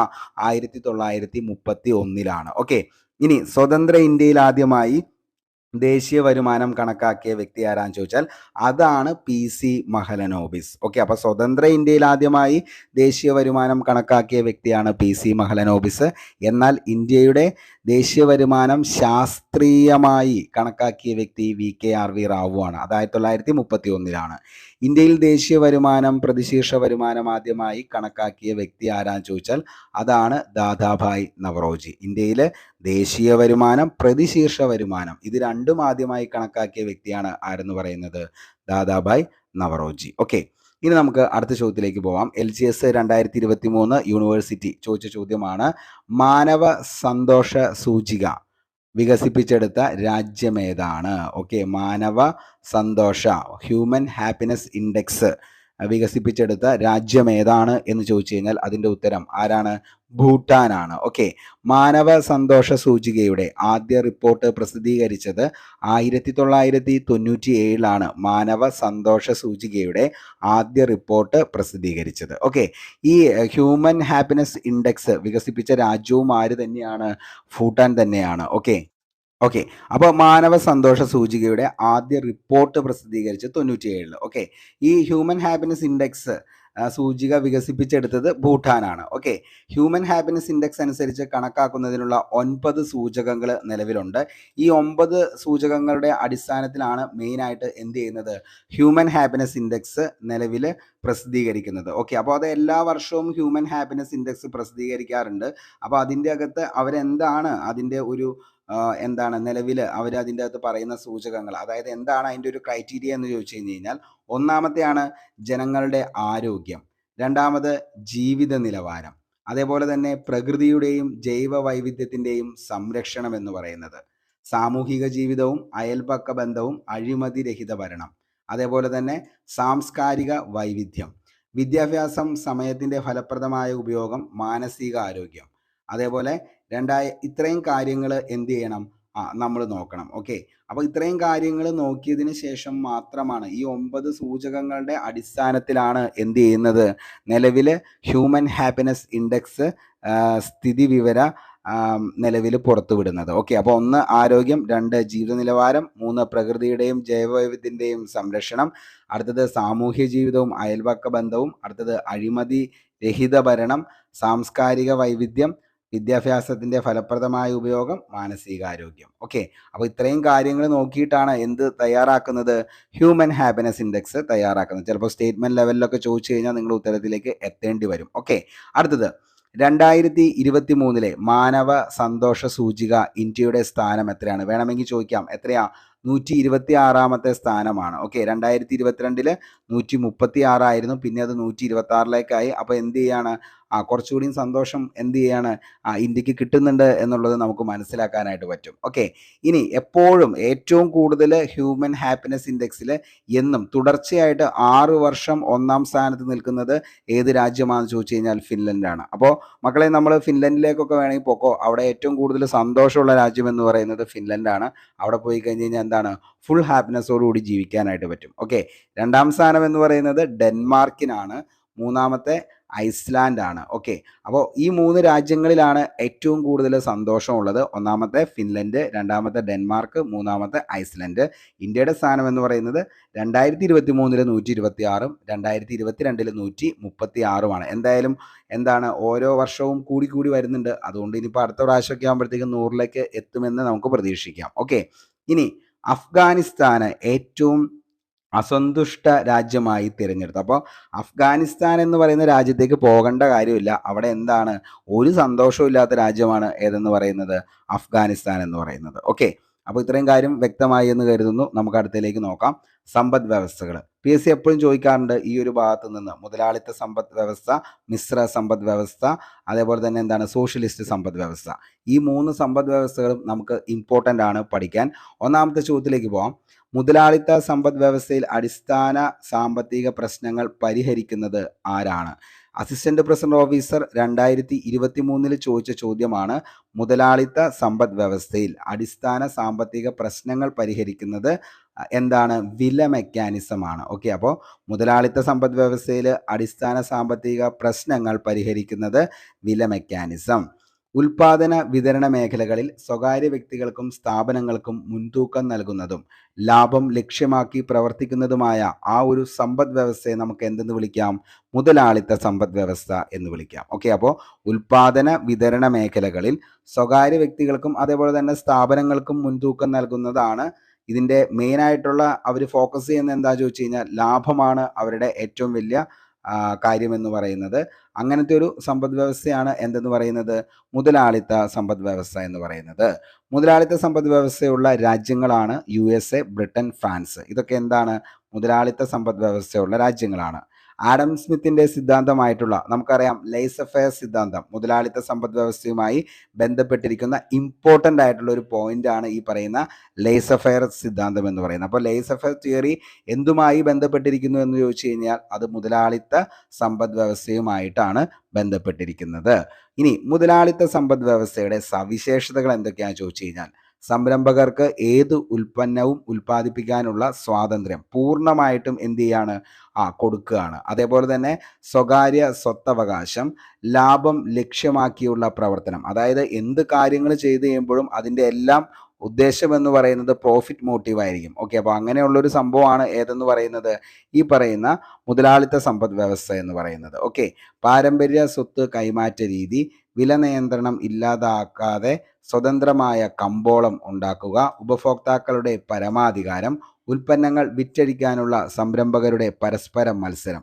ഇത്രയും സംഭവമാണ് എവിടെ വരുന്നത്, മുതലാളിത്ത സമ്പദ് വ്യവസ്ഥയിൽ വരുന്നത്. ഓക്കെ, അപ്പോൾ ഇമ്പോർട്ടൻ്റ് ആണ്, ഒന്ന് ഓർത്ത് വെച്ചോ. കാരണം എന്താണെന്ന് ചോദിച്ചു കഴിഞ്ഞാൽ സ്റ്റേറ്റ്മെന്റ് ലെവലിലേക്ക് ഒരു ചോദ്യം വന്നു കഴിഞ്ഞാൽ നമുക്ക് ഉത്തരത്തിലേക്ക് എത്തണമെങ്കിൽ ഇതിൻ്റെ മൊത്തമായിട്ടുള്ള കാര്യങ്ങൾ പഠിച്ചു വെക്കണം. വളരെ ഇമ്പോർട്ടൻ്റ് ആയിട്ടുള്ള കാര്യങ്ങൾ മാത്രമാണ് നമ്മുടെ ക്ലാസ്സിൽ ചർച്ച ചെയ്യുന്നുള്ളൂ. അതുകൊണ്ട് തന്നെ ഇനി നിങ്ങൾ സോർട്ട് ചെയ്യാനായിട്ട് പോകരുത്, മാക്സിമം കണ്ടന്റ് മാത്രമാണ് നമ്മൾ പ്രൊവൈഡ് ചെയ്യുന്നത്. ഓക്കെ, അപ്പോൾ ഇപ്പോഴും നമ്മുടെ ചാനൽ സബ്സ്ക്രൈബ് ചെയ്യാത്ത ആളുകളാണ് കണ്ടുകൊണ്ടിരിക്കുന്നതെങ്കിൽ ചാനൽ ഒന്ന് സബ്സ്ക്രൈബ് ചെയ്യുക. അതേപോലെ തന്നെ നമ്മുടെ ടെലഗ്രാം ചാനലിൽ ഒന്ന് ജോയിൻ ചെയ്യുക. ഓക്കെ, അടുത്തത് മിശ്ര സമ്പദ് വ്യവസ്ഥ. ഓക്കെ, മിശ്ര സമ്പദ് വ്യവസ്ഥ. സ്വാതന്ത്ര്യാനന്തരം ഇന്ത്യയുടെ സാമ്പത്തിക വികസനത്തിന് ഏതുതരം സമ്പദ് വ്യവസ്ഥയാണ് സ്വീകരിച്ചത്? ഒത്തിരി തവണ ചോദിച്ച ചോദ്യമാണ്. ഓക്കെ, സ്വാതന്ത്ര്യാനന്തരം ഇന്ത്യയുടെ സാമ്പത്തിക വികസനം ആ ഒരു സമയത്ത് ഏത് സമ്പദ് വ്യവസ്ഥയാണ് സ്വീകരിച്ചതെന്ന് ചോദിച്ചു കഴിഞ്ഞാൽ ഏതാണ്? മിശ്ര സമ്പദ് വ്യവസ്ഥയാണ് സ്വീകരിച്ചത്. അതായത് ഉൽപാദന വിതരണ മേഖലകളിൽ മുതലാളിത്തത്തിൻ്റെയും സോഷ്യലിസത്തിൻ്റെയും പ്രത്യേകതകൾ ഉൾക്കൊള്ളുന്ന സമ്പദ് വ്യവസ്ഥയാണ് ഏതെന്ന് പറയുന്നത്? ഈ പറയുന്ന മിശ്ര സമ്പദ് വ്യവസ്ഥ എന്ന് പറയുന്നത്. അതായത് മുതലാളിത്തത്തിൻ്റെയും സോഷ്യലിസത്തിൻ്റെയും പ്രത്യേകതകൾ ഉൾക്കൊള്ളുന്ന സമ്പദ് വ്യവസ്ഥ. എക്സാമ്പിൾ പറയുകയാണെങ്കിൽ നമ്മുടെ ഇന്ത്യയാണ് അതിന് ഏറ്റവും നല്ല എക്സാമ്പിൾ എന്ന് പറയുന്നത്. ഓക്കെ, മിശ്ര സമ്പദ് വ്യവസ്ഥയുടെ സവിശേഷതകൾ എന്തൊക്കെയാണെന്ന് ചോദിച്ചാൽ മക്കളെ, പൊതുമേഖലയും സ്വകാര്യ മേഖലയും നിലനിൽക്കുന്നു. അവിടെ എന്താണ്? പബ്ലിക് സെക്ടറും ഉണ്ട്, അതേപോലെ തന്നെ പ്രൈവറ്റ് സെക്ടറും ഉണ്ട്. ആസൂത്രണത്തിൽ അധിഷ്ഠിതമായാണ് പ്രവർത്തിക്കുന്നത്. ക്ഷേമ പ്രവർത്തനങ്ങൾക്ക് പ്രാധാന്യം നൽകുന്ന ഒരു എക്കോണമിയാണ് ഏതെന്ന് പറയുന്നത്? മിക്സഡ് എക്കോണമി എന്ന് പറയുന്നത്. സ്വകാര്യ സ്വത്തവകാശത്തിനുള്ള സ്വാതന്ത്ര്യവും സാമ്പത്തിക നിയന്ത്രണവും ഒരേപോലെ നിലനിൽക്കുന്നു. ഓക്കെ, അപ്പോൾ സ്വകാര്യ സ്വത്തവകാശത്തിനുള്ള സ്വാതന്ത്ര്യവും സാമ്പത്തിക നിയന്ത്രണവും ഒരുപോലെ നിലനിൽക്കുന്നു. ഇന്ത്യയിൽ നിലനിൽക്കുന്ന സമ്പദ് വ്യവസ്ഥ ഏതാണെന്ന് ചോദിച്ചു കഴിഞ്ഞാൽ മിശ്ര സമ്പദ് വ്യവസ്ഥയാണ്, നമ്മൾ പറഞ്ഞു. ഓക്കെ, ഇനി ഇത്രയും കാര്യങ്ങൾ ഇമ്പോർട്ടൻ്റ് ആണ്, ഒന്ന് ഓർത്തു വെച്ചോ. മിശ്ര സമ്പദ് വ്യവസ്ഥയുമായി ബന്ധപ്പെട്ട് ഏറ്റവും ഇമ്പോർട്ടൻ്റ് ഇന്ത്യ തന്നെയാണ് അതിന് ഏറ്റവും നല്ല എക്സാമ്പിൾ എന്ന് പറയുന്നത്. അതായത് പൊതുമേഖലയ്ക്കും സ്വകാര്യ മേഖലയ്ക്കും, അതായത് പബ്ലിക് സെക്ടറിനും പ്രൈവറ്റ് സെക്ടറിനും എന്താണ് ഒരേപോലെ ഇമ്പോർട്ടൻ്റ് കൊടുക്കുന്നതാണ് ഏതെന്ന് പറയുന്നത്? മിക്സഡ് എക്കോണമി എന്ന് പറയുന്നത്. അപ്പോൾ രണ്ടും ഉണ്ട് എന്ന് ഓർത്താൽ മതി, പബ്ലിക്കും പ്രൈവറ്റും. ഓക്കെ, അടുത്ത നമുക്ക് സോഷ്യലിസ്റ്റ് സമ്പദ് വ്യവസ്ഥയിലേക്ക് പോകാം. അതായത് ഉൽപാദനോപാധികൾ പൊതു ഉടമസ്ഥയിലുള്ളതും കേന്ദ്രീകൃത ആസൂത്രണം അടിസ്ഥാനമാക്കി പ്രവർത്തിക്കുന്നതുമായ സമ്പദ് വ്യവസ്ഥയ്ക്കാണ് നമ്മൾ എന്തെന്ന് വിളിക്കുന്നത്?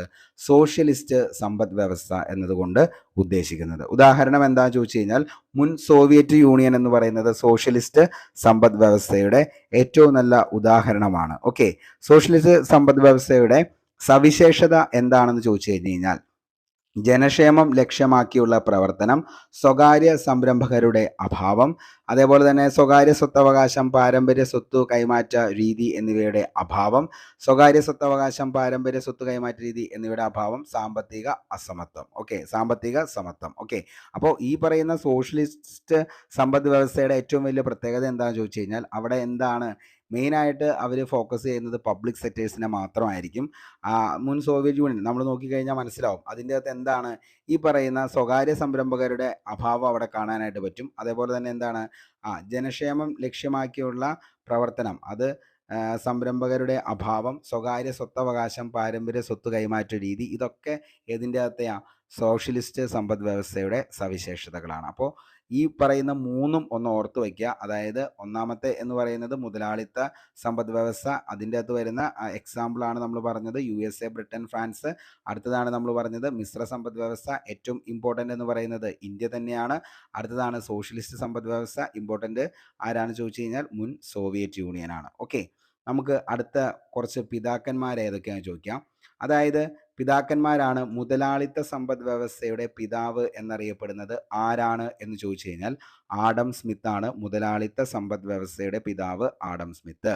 മിശ്ര സമ്പദ് വ്യവസ്ഥയുടെ പിതാവ് ആരാന്ന് ചോദിച്ചാൽ അതും ആര് തന്നെയാണ്? ആഡം സ്മിത്ത് ആണ് മിശ്ര സമ്പദ് വ്യവസ്ഥയുടെ പിതാവ്.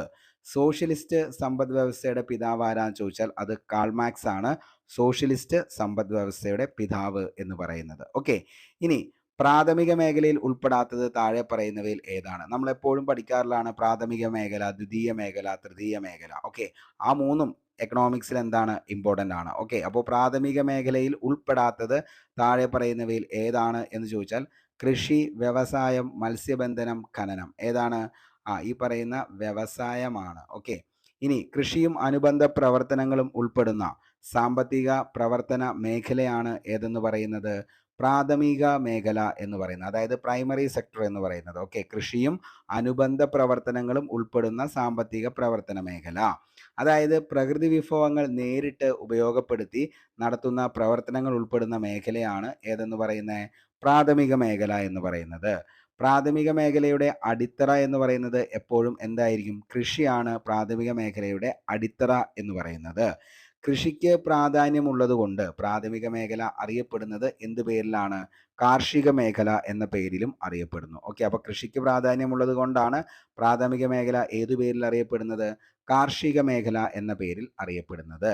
ഇന്ത്യയിൽ എല്ലാ കാലഘട്ടത്തിലും തൊഴിൽ ലഭ്യത ആവശ്യമായ ഭക്ഷ്യവസ്തുക്കൾ ഉൽപ്പാദിപ്പിക്കുന്നതുമായ മേഖല എന്ന് പറയുന്നത് പ്രാഥമിക മേഖലയാണ്. ഓക്കെ, അപ്പോൾ ഇന്ത്യയിൽ എല്ലാ കാലഘട്ടത്തിലും തൊഴിൽ ലഭ്യതയും അതേപോലെ തന്നെ ആവശ്യമായ ഭക്ഷ്യവസ്തുക്കൾ ഉൽപ്പാദിക്കുന്നതുമായ മേഖല ഏതാന്ന് ചോദിച്ചു കഴിഞ്ഞാൽ അത് പ്രാഥമിക മേഖലയാണ്. അതിൽ ഏറ്റവും കൂടുതൽ ഇമ്പോർട്ടൻസ് കൊടുക്കുന്നത് എന്തിനാണ്, ഈ പറയുന്ന കൃഷിക്കാണ് പ്രാഥമിക മേഖല അല്ലെങ്കിൽ പ്രൈമറി സെക്ടറിൽ ഏറ്റവും കൂടുതൽ ഇമ്പോർട്ടൻ്റ് കൊടുക്കുന്നത്. ഓക്കെ, നമുക്ക് അടുത്ത ചോദ്യത്തിലേക്ക് പോവാം. മൺപാത്ര നിർമ്മാണം താഴെ പറയുന്നവയിൽ ഏത് സാമ്പത്തിക മേഖലയിൽ ഉൾപ്പെടുന്നതാണ് മൺപാത്ര നിർമ്മാണം? ഏത് സാമ്പത്തിക മേഖലയുമായി ബന്ധപ്പെട്ടിരിക്കുന്നു, ദ്വിതീയ മേഖലയുമായി ബന്ധപ്പെട്ടതാണ് മൺപാത്ര നിർമ്മാണം എന്ന് പറയുന്നത്. ഓക്കെ, അടുത്ത ചോദ്യം, ജലവിതരണം ഇന്ത്യൻ സമ്പദ് വ്യവസ്ഥയുടെ ഏത് സാമ്പത്തിക മേഖലയിലാണ് ഉൾപ്പെടുന്നത്? ജലവിതരണം ഇന്ത്യയിൽ സമ്പദ് വ്യവസ്ഥയുടെ ഏത് സാമ്പത്തിക മേഖലയിലാണ്? അതും ദ്വിതീയ മേഖലയിലാണ് ഉൾപ്പെടുന്നത്. ഓക്കെ, അതായത് പ്രാഥമിക മേഖലയിലെ ഉൽപ്പന്നങ്ങൾ അസംസ്കൃത വസ്തുക്കൾ ആക്കി ഉപയോഗിച്ച് പുതിയ ഉൽപ്പന്നങ്ങളുടെ നിർമ്മാണ പ്രവർത്തനങ്ങൾ നടക്കുന്ന മേഖലയാണ് ഏതെന്ന് പറയുന്നത്, ദ്വിതീയ മേഖല എന്ന് പറയുന്നത്. ഓക്കെ, അപ്പോൾ പ്രാഥമിക മേഖലയിലെ ഉൽപ്പന്നങ്ങൾ അസംസ്കൃത വസ്തുക്കളാക്കി ഉപയോഗിച്ച് പുതിയ ഉൽപ്പന്നങ്ങളുടെ നിർമ്മാണ പ്രവർത്തനങ്ങൾ നടക്കുന്ന ആ ഒരു മേഖലയാണ് ദ്വിതീയ മേഖല എന്ന് പറയുന്നത്.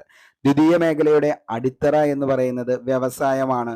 വ്യവസായത്തിന് പ്രാധാന്യമുള്ളത് കൊണ്ട് തന്നെ ഈ ദ്വിതീയ മേഖല അറിയപ്പെടുന്ന മറ്റൊരു പേരാണ് വ്യവസായ മേഖല. അപ്പോൾ ദ്വിതീയ മേഖല അതർവൈസ് നോൺ ആസ് എന്ത്, വ്യവസായ മേഖല എന്നും അറിയപ്പെടുന്നു. ഓക്കെ, അപ്പോൾ ഇത് ഇമ്പോർട്ടൻ്റ് ആണ്. ശരിക്കും എന്താണ് ഈ പറയുന്ന പ്രാഥമിക മേഖല ഉണ്ടെങ്കിൽ മാത്രമാണ് എന്തുള്ളൂ, ദ്വിതീയ മേഖല ഉള്ളൂ എന്ന് വേണമെങ്കിൽ നമുക്ക് കാണാൻ പറ്റും. ഓക്കെ, അടുത്തത് 16ാമത്തെ ചോദ്യം, തൃതീയ മേഖല അറിയപ്പെടുന്ന മറ്റൊരു പേര് എന്താണ്? ഓക്കെ, തൃതീയ മേഖല അറിയപ്പെടുന്ന മറ്റൊരു പേരാണ് സേവന മേഖല. അതായത് പ്രാഥമികത മേഖലകളിലെ ഉൽപ്പന്നങ്ങൾ സംഭരിക്കുന്നതും വിതരണം ചെയ്യുന്നതുമായ മേഖല അറിയപ്പെടുന്നതാണ് എന്തെന്ന് പറയുന്നത്, നമ്മുടെ തൃതീയ മേഖല എന്ന് പറയുന്നത്. അപ്പോൾ പ്രാഥമിക മേഖലയിലെ ഉൽപ്പന്നങ്ങൾ സംഭരിക്കുന്നതും അതേപോലെ തന്നെ അത് വിതരണം ചെയ്യുന്നതും ആരാന്ന് ചോദിച്ചു കഴിഞ്ഞാൽ സേവന മേഖലയാണ്. സേവന മേഖലയിലെ പ്രധാന ഘടകം എന്താന്ന് PSC ഒരിക്കൽ ചോദിച്ചിട്ടുണ്ട് കേട്ടോ. അങ്ങനെ തന്നെ ചോദിച്ചിട്ടുണ്ട്. സേവന മേഖലയിലെ പ്രധാന ഘടകം എന്താന്ന് ചോദിച്ചു കഴിഞ്ഞാൽ മനുഷ്യ ശക്തിയാണ് എന്തെന്ന് പറയുന്നത്, സേവന മേഖലയിലെ പ്രധാന ഘടകം എന്ന് പറയുന്നത്. ഓക്കെ, ഇന്ത്യൻ സമ്പദ് വ്യവസ്ഥയിൽ ഏറ്റവും കൂടുതൽ സംഭാവന നൽകുന്ന മേഖല ഏതാന്ന് ചോദിച്ചാൽ അതാണ് തൃതീയ മേഖല എന്ന് പറയുന്നത്. ഇന്ത്യൻ സമ്പദ് വ്യവസ്ഥയിൽ ഏറ്റവും കൂടുതൽ സംഭാവന നൽകുന്ന മേഖലയാണ് ഏത്, തൃതീയ മേഖല എന്ന് പറയുന്നത്. വെരി വെരി ഇമ്പോർട്ടൻ്റ് ആണ്, ഓർത്തു വെച്ചോ. പ്രാഥമിക മേഖല, ദ്വിതീയ മേഖല, തൃതീയ മേഖല. ഓക്കെ, ഇനി നമുക്ക് പ്ലാനിംഗ് കമ്മീഷൻ എപ്പോഴും ചോദിക്കുന്നതാണ്. പ്ലാനിംഗ് കമ്മീഷനുമായിട്ട് ഒരു ചോദ്യം എപ്പോഴും എന്താണ് PSC ചോദിക്കാറുണ്ട് എക്കണോമിക്സ് വിഭാഗത്തിൽ നിന്ന്. അപ്പോൾ നമുക്ക് നോക്കാം. പ്ലാനിംഗ് കമ്മീഷൻ സ്ഥാപിതമായത് എന്നാണ് എന്ന് ചോദിച്ചു കഴിഞ്ഞാൽ അത് 1950 മാർച്ച് 15 പ്ലാനിംഗ് കമ്മീഷൻ സ്ഥാപിതമായത്. പ്ലാനിംഗ് കമ്മീഷൻ എന്നാ സ്ഥാപിതമായത്? 1950 മാർച്ച് 15. ഇന്ത്യ പിന്തുടരുന്ന ആസൂത്രണ മാതൃക ഏത് രാജ്യത്തിൻ്റെ ആയിരുന്നു എന്ന് ചോദിച്ചു കഴിഞ്ഞാൽ സോവിയറ്റ് യൂണിയന്റെ ആസൂത്രണ മാതൃകയാണ് ഇന്ത്യ എന്ന് പറയുന്ന രാജ്യം എന്ത് ചെയ്യുന്നത്, മാതൃകയാക്കുന്നത്. 1938 ജവഹർലാൽ നെഹ്റുവിൻ്റെ അധ്യക്ഷതയിൽ ദേശീയ പ്ലാനിംഗ് കമ്മിറ്റി നിലവിൽ വരികയാണ്. 1938 ദേശീയ ആസൂത്രണ കമ്മിറ്റി എന്ന ആശയം അവതരിപ്പിച്ചത് മേഘനാഥ സാഹയാണ്. ഒത്തിരി തവണ ചോദിച്ചാണ്ടോ ദേശീയ ആസൂത്രണ കമ്മിറ്റി എന്ന ആശയം അവതരിപ്പിച്ചത് മേഘനാഥ് സാഹ. 1946 ഇന്ത്യയിൽ നിലവിൽ വന്ന ഇടക്കാല ഗവൺമെന്റ് രൂപീകരിച്ച അഡ്വൈസറി പ്ലാനിംഗ് ബോർഡിന്റെ ചെയർമാനായിരുന്നു KC നിയോഗി. സോവിയറ്റ് യൂണിയന്റെ ദേശീയ ആസൂത്രണ മാതൃകയാണ് ഇന്ത്യ ആസൂത്രണ കമ്മീഷൻ രൂപീകരണത്തിന് സ്വീകരിച്ചത്. ആസൂത്രണ കമ്മീഷൻ നിലവിൽ വന്നത് എന്നാ ചോദിച്ചു കഴിഞ്ഞാൽ 1950 മാർച്ച് 15-നാണ് ആസൂത്രണ കമ്മീഷൻ നിലവിൽ വന്നത്. ആസൂത്രണ കമ്മീഷന്റെ ആസ്ഥാനം ഏതാന്ന് ചോദിച്ചു കഴിഞ്ഞാൽ ഏതാണ്? യോജന ഭവനാണ് ആസൂത്രണ കമ്മീഷന്റെ ആസ്ഥാനം എന്ന് പറയുന്നത്, യോജന ഭവൻ. ഇനി പഞ്ചവത്സര പദ്ധതിയുടെ രൂപരേഖ തയ്യാറാക്കിയിരിക്കുന്നത് ആരാന്ന് ചോദിച്ചു കഴിഞ്ഞാൽ അത് ആസൂത്രണ കമ്മീഷനാണ്. ആസൂത്രണ കമ്മീഷൻ എന്ന് പറയുന്നത് ഒരു അഡ്വൈസറി ബോഡിയാണ്, ഒരു ഉപദേശക സമിതി. ഓക്കെ, അപ്പോൾ ആസൂത്രണ കമ്മീഷൻ എന്ന് പറയുന്നത് എന്താണ്? ഒരു ഉപദേശക സമിതിയാണ്. നിലവിൽ വന്നത് 1950 മാർച്ച് 15. ഈ യോജന ഭവൻ എന്ന് പറയുന്നതാണ് ആസൂത്രണ കമ്മീഷന്റെ ആസ്ഥാനം എന്ന് പറയുന്നത്. അത് സ്ഥിതി ചെയ്യുന്നത് എവിടെയാണെന്ന് ചോദിച്ചു കഴിഞ്ഞാൽ ന്യൂഡൽഹിയിലാണ്. അപ്പോൾ ഇത്രയും കാര്യങ്ങൾ ആസൂത്രണ കമ്മീഷനുമായി ബന്ധപ്പെട്ട് ഓർത്തു വച്ചോ, ഇമ്പോർട്ടൻ്റ് ആണ്, വെരി വെരി ഇമ്പോർട്ടൻറ്റ്. ഓക്കെ, പഞ്ചവത്സര പദ്ധതി ഇല്ലാത്തൊരു ചോദ്യം PSCക്ക് വരാറില്ല. ഏതെങ്കിലും ഒരു പദ്ധതിയുടെ എന്തെങ്കിലും ഒരു കാര്യം എടുത്ത് ചോദിക്കും. അപ്പോൾ നമുക്ക് നോക്കാം. പഞ്ചവത്സര പദ്ധതി, ഇന്ത്യയിൽ ഒന്നാം പഞ്ചവത്സര പദ്ധതി ആരംഭിച്ച വർഷം എന്നാണ് എന്ന് ചോദിച്ചു കഴിഞ്ഞാൽ 1951-ലാണ് ഇന്ത്യയിൽ ഒന്നാം പഞ്ചവത്സര പദ്ധതി ആരംഭിച്ചത്. ഒന്നാം പഞ്ചവത്സര പദ്ധതി പാർലമെന്റിൽ അവതരിപ്പിച്ച വ്യക്തി ആരാണെന്ന് ചോദിച്ചു കഴിഞ്ഞാൽ ആരാണ്? ജവഹർലാൽ നെഹ്റു ആണ് ഒന്നാം പഞ്ചവത്സര പദ്ധതി പാർലമെന്റിൽ അവതരിപ്പിച്ചത്. ഒന്നാം പഞ്ചവത്സര പദ്ധതി പ്രാധാന്യം നൽകിയിരുന്ന മേഖലകൾ ഏതൊക്കെയാണെന്ന് ചോദിച്ചു കഴിഞ്ഞാൽ കൃഷി, ജലസേചനം, വൈദ്യുതീകരണം, ഗതാഗതം, വിലസ്ഥിരത. ഓക്കെ, അപ്പോൾ ഫസ്റ്റ് 5 ഇയർ പ്ലാന് എന്തിനായിരുന്നു ഫോക്കസ് ചെയ്തതെന്ന് ചോദിച്ചു കഴിഞ്ഞാൽ കൃഷിക്കും ജലസേചനത്തിനും, വൈദ്യുതീകരണം, ഗതാഗതം, വിലസ്ഥിരത. ഒന്നാം പഞ്ചവത്സര പദ്ധതി ആരംഭിച്ചത് എന്നാണ് എന്ന് ചോദിച്ചു കഴിഞ്ഞാൽ 1951 ഏപ്രിൽ 1-നാണ്. കാർഷിക പദ്ധതി എന്നറിയപ്പെടുന്ന പദ്ധതി ഏതാന്ന് ചോദിച്ചു കഴിഞ്ഞാൽ അതും ഏത് തന്നെയാ? ഒന്നാം പഞ്ചവത്സര പദ്ധതിയാണ് കാർഷിക പദ്ധതി എന്ന പേരിൽ അറിയപ്പെട്ടത്. ഈ ഒരു മോഡൽ അറിയപ്പെട്ടത്, ഒന്നാം പഞ്ചവത്സര പദ്ധതി അറിയപ്പെട്ട മോഡൽ ഏതാന്ന് ചോദിച്ചു കഴിഞ്ഞാൽ അത് ഹരോഡ് ഡോമർ മോഡൽ എന്ന പേരിൽ അറിയപ്പെട്ട പഞ്ചവത്സര പദ്ധതി ഏതാണ് എന്ന് ഒത്തിരി തവണ ചോദിച്ചിട്ടുണ്ട്. അതാണ് ഒന്നാം പഞ്ചവത്സര പദ്ധതി. കുടുംബാസൂത്രണത്തിന് പ്രാധാന്യം നൽകിയ പഞ്ചവത്സര പദ്ധതിയാണ് ഒന്നാം പഞ്ചവത്സര പദ്ധതി.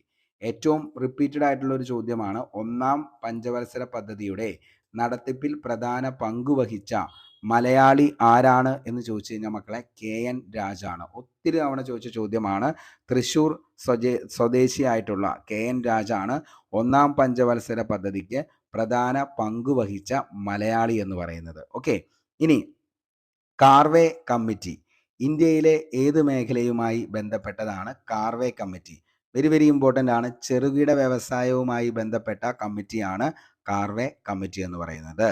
1955 നിലവിൽ വന്ന ഗ്രാമീണ ചെറുകിട വ്യവസായ കമ്മിറ്റിയാണ് കാർവേ കമ്മിറ്റി എന്ന് പറയുന്നത്. അപ്പോൾ ചെറുകിട വ്യവസായവുമായി ബന്ധപ്പെട്ട കമ്മിറ്റിയാണ് കാർവേ കമ്മിറ്റി. ഇതെന്നാണ് വന്നതെന്ന് ചോദിച്ചു കഴിഞ്ഞാൽ 1955-ലാണ്. അതായത് ഗ്രാമവികസനത്തിൽ ചെറുകിട വ്യവസായങ്ങളുടെ സാധ്യത പുറത്തു പറഞ്ഞ കമ്മിറ്റി ആയിരുന്നു കാർവേ കമ്മിറ്റി 1955-ലെ. ഓക്കെ, വെരി വെരി ഇമ്പോർട്ടൻ്റ് ആണ്. കാർവേ ചെറുകിട വ്യവസായങ്ങൾ രൂപീകരിക്കുന്നതിനുള്ള കമ്മിറ്റിയാണ്. നിലവിൽ വന്നത് 1955-ലാണ്. രണ്ടാമത്തെ പഞ്ചവത്സര പദ്ധതിയുമായി ബന്ധപ്പെട്ട ചോദ്യമാണ്.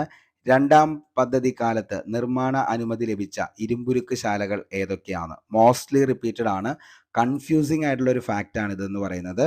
ദുർഗാപൂർ, ഭിലായ്, റൂർക്കേല. എപ്പോഴും PSC ചോദിക്കാറുണ്ട് ദുർഗാപൂർ എന്താണ് ഇരുമ്പുരുക്ക് ശാല നിർമ്മിച്ചത് ഏതു രാജ്യത്തിന്റെ സഹായത്താലാണ്?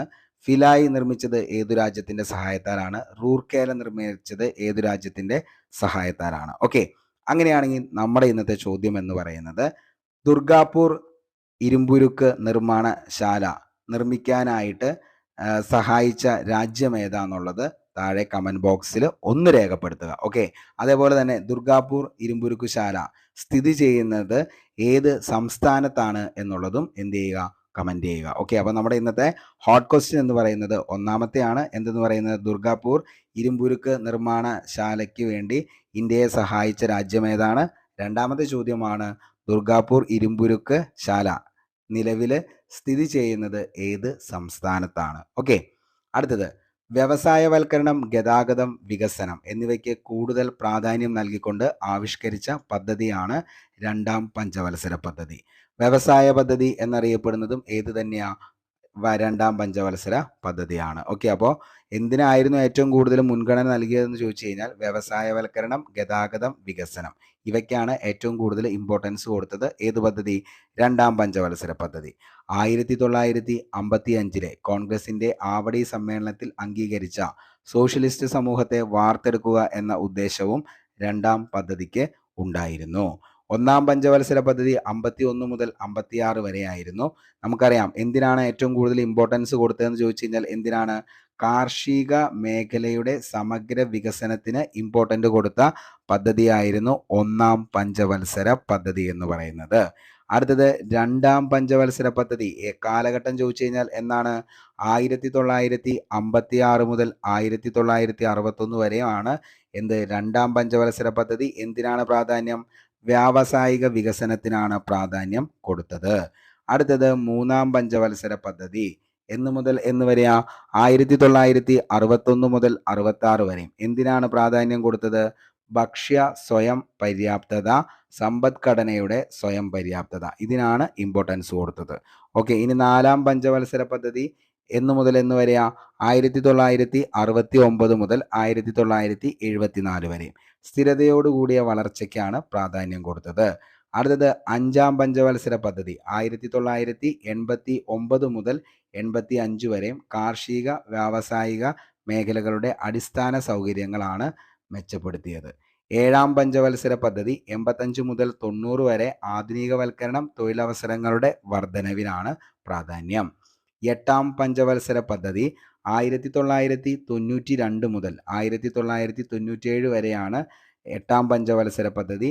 മാനവശേഷി വികസനത്തിനാണ് പ്രാധാന്യം കൊടുത്തത് എട്ടാം പഞ്ചവത്സര പദ്ധതി.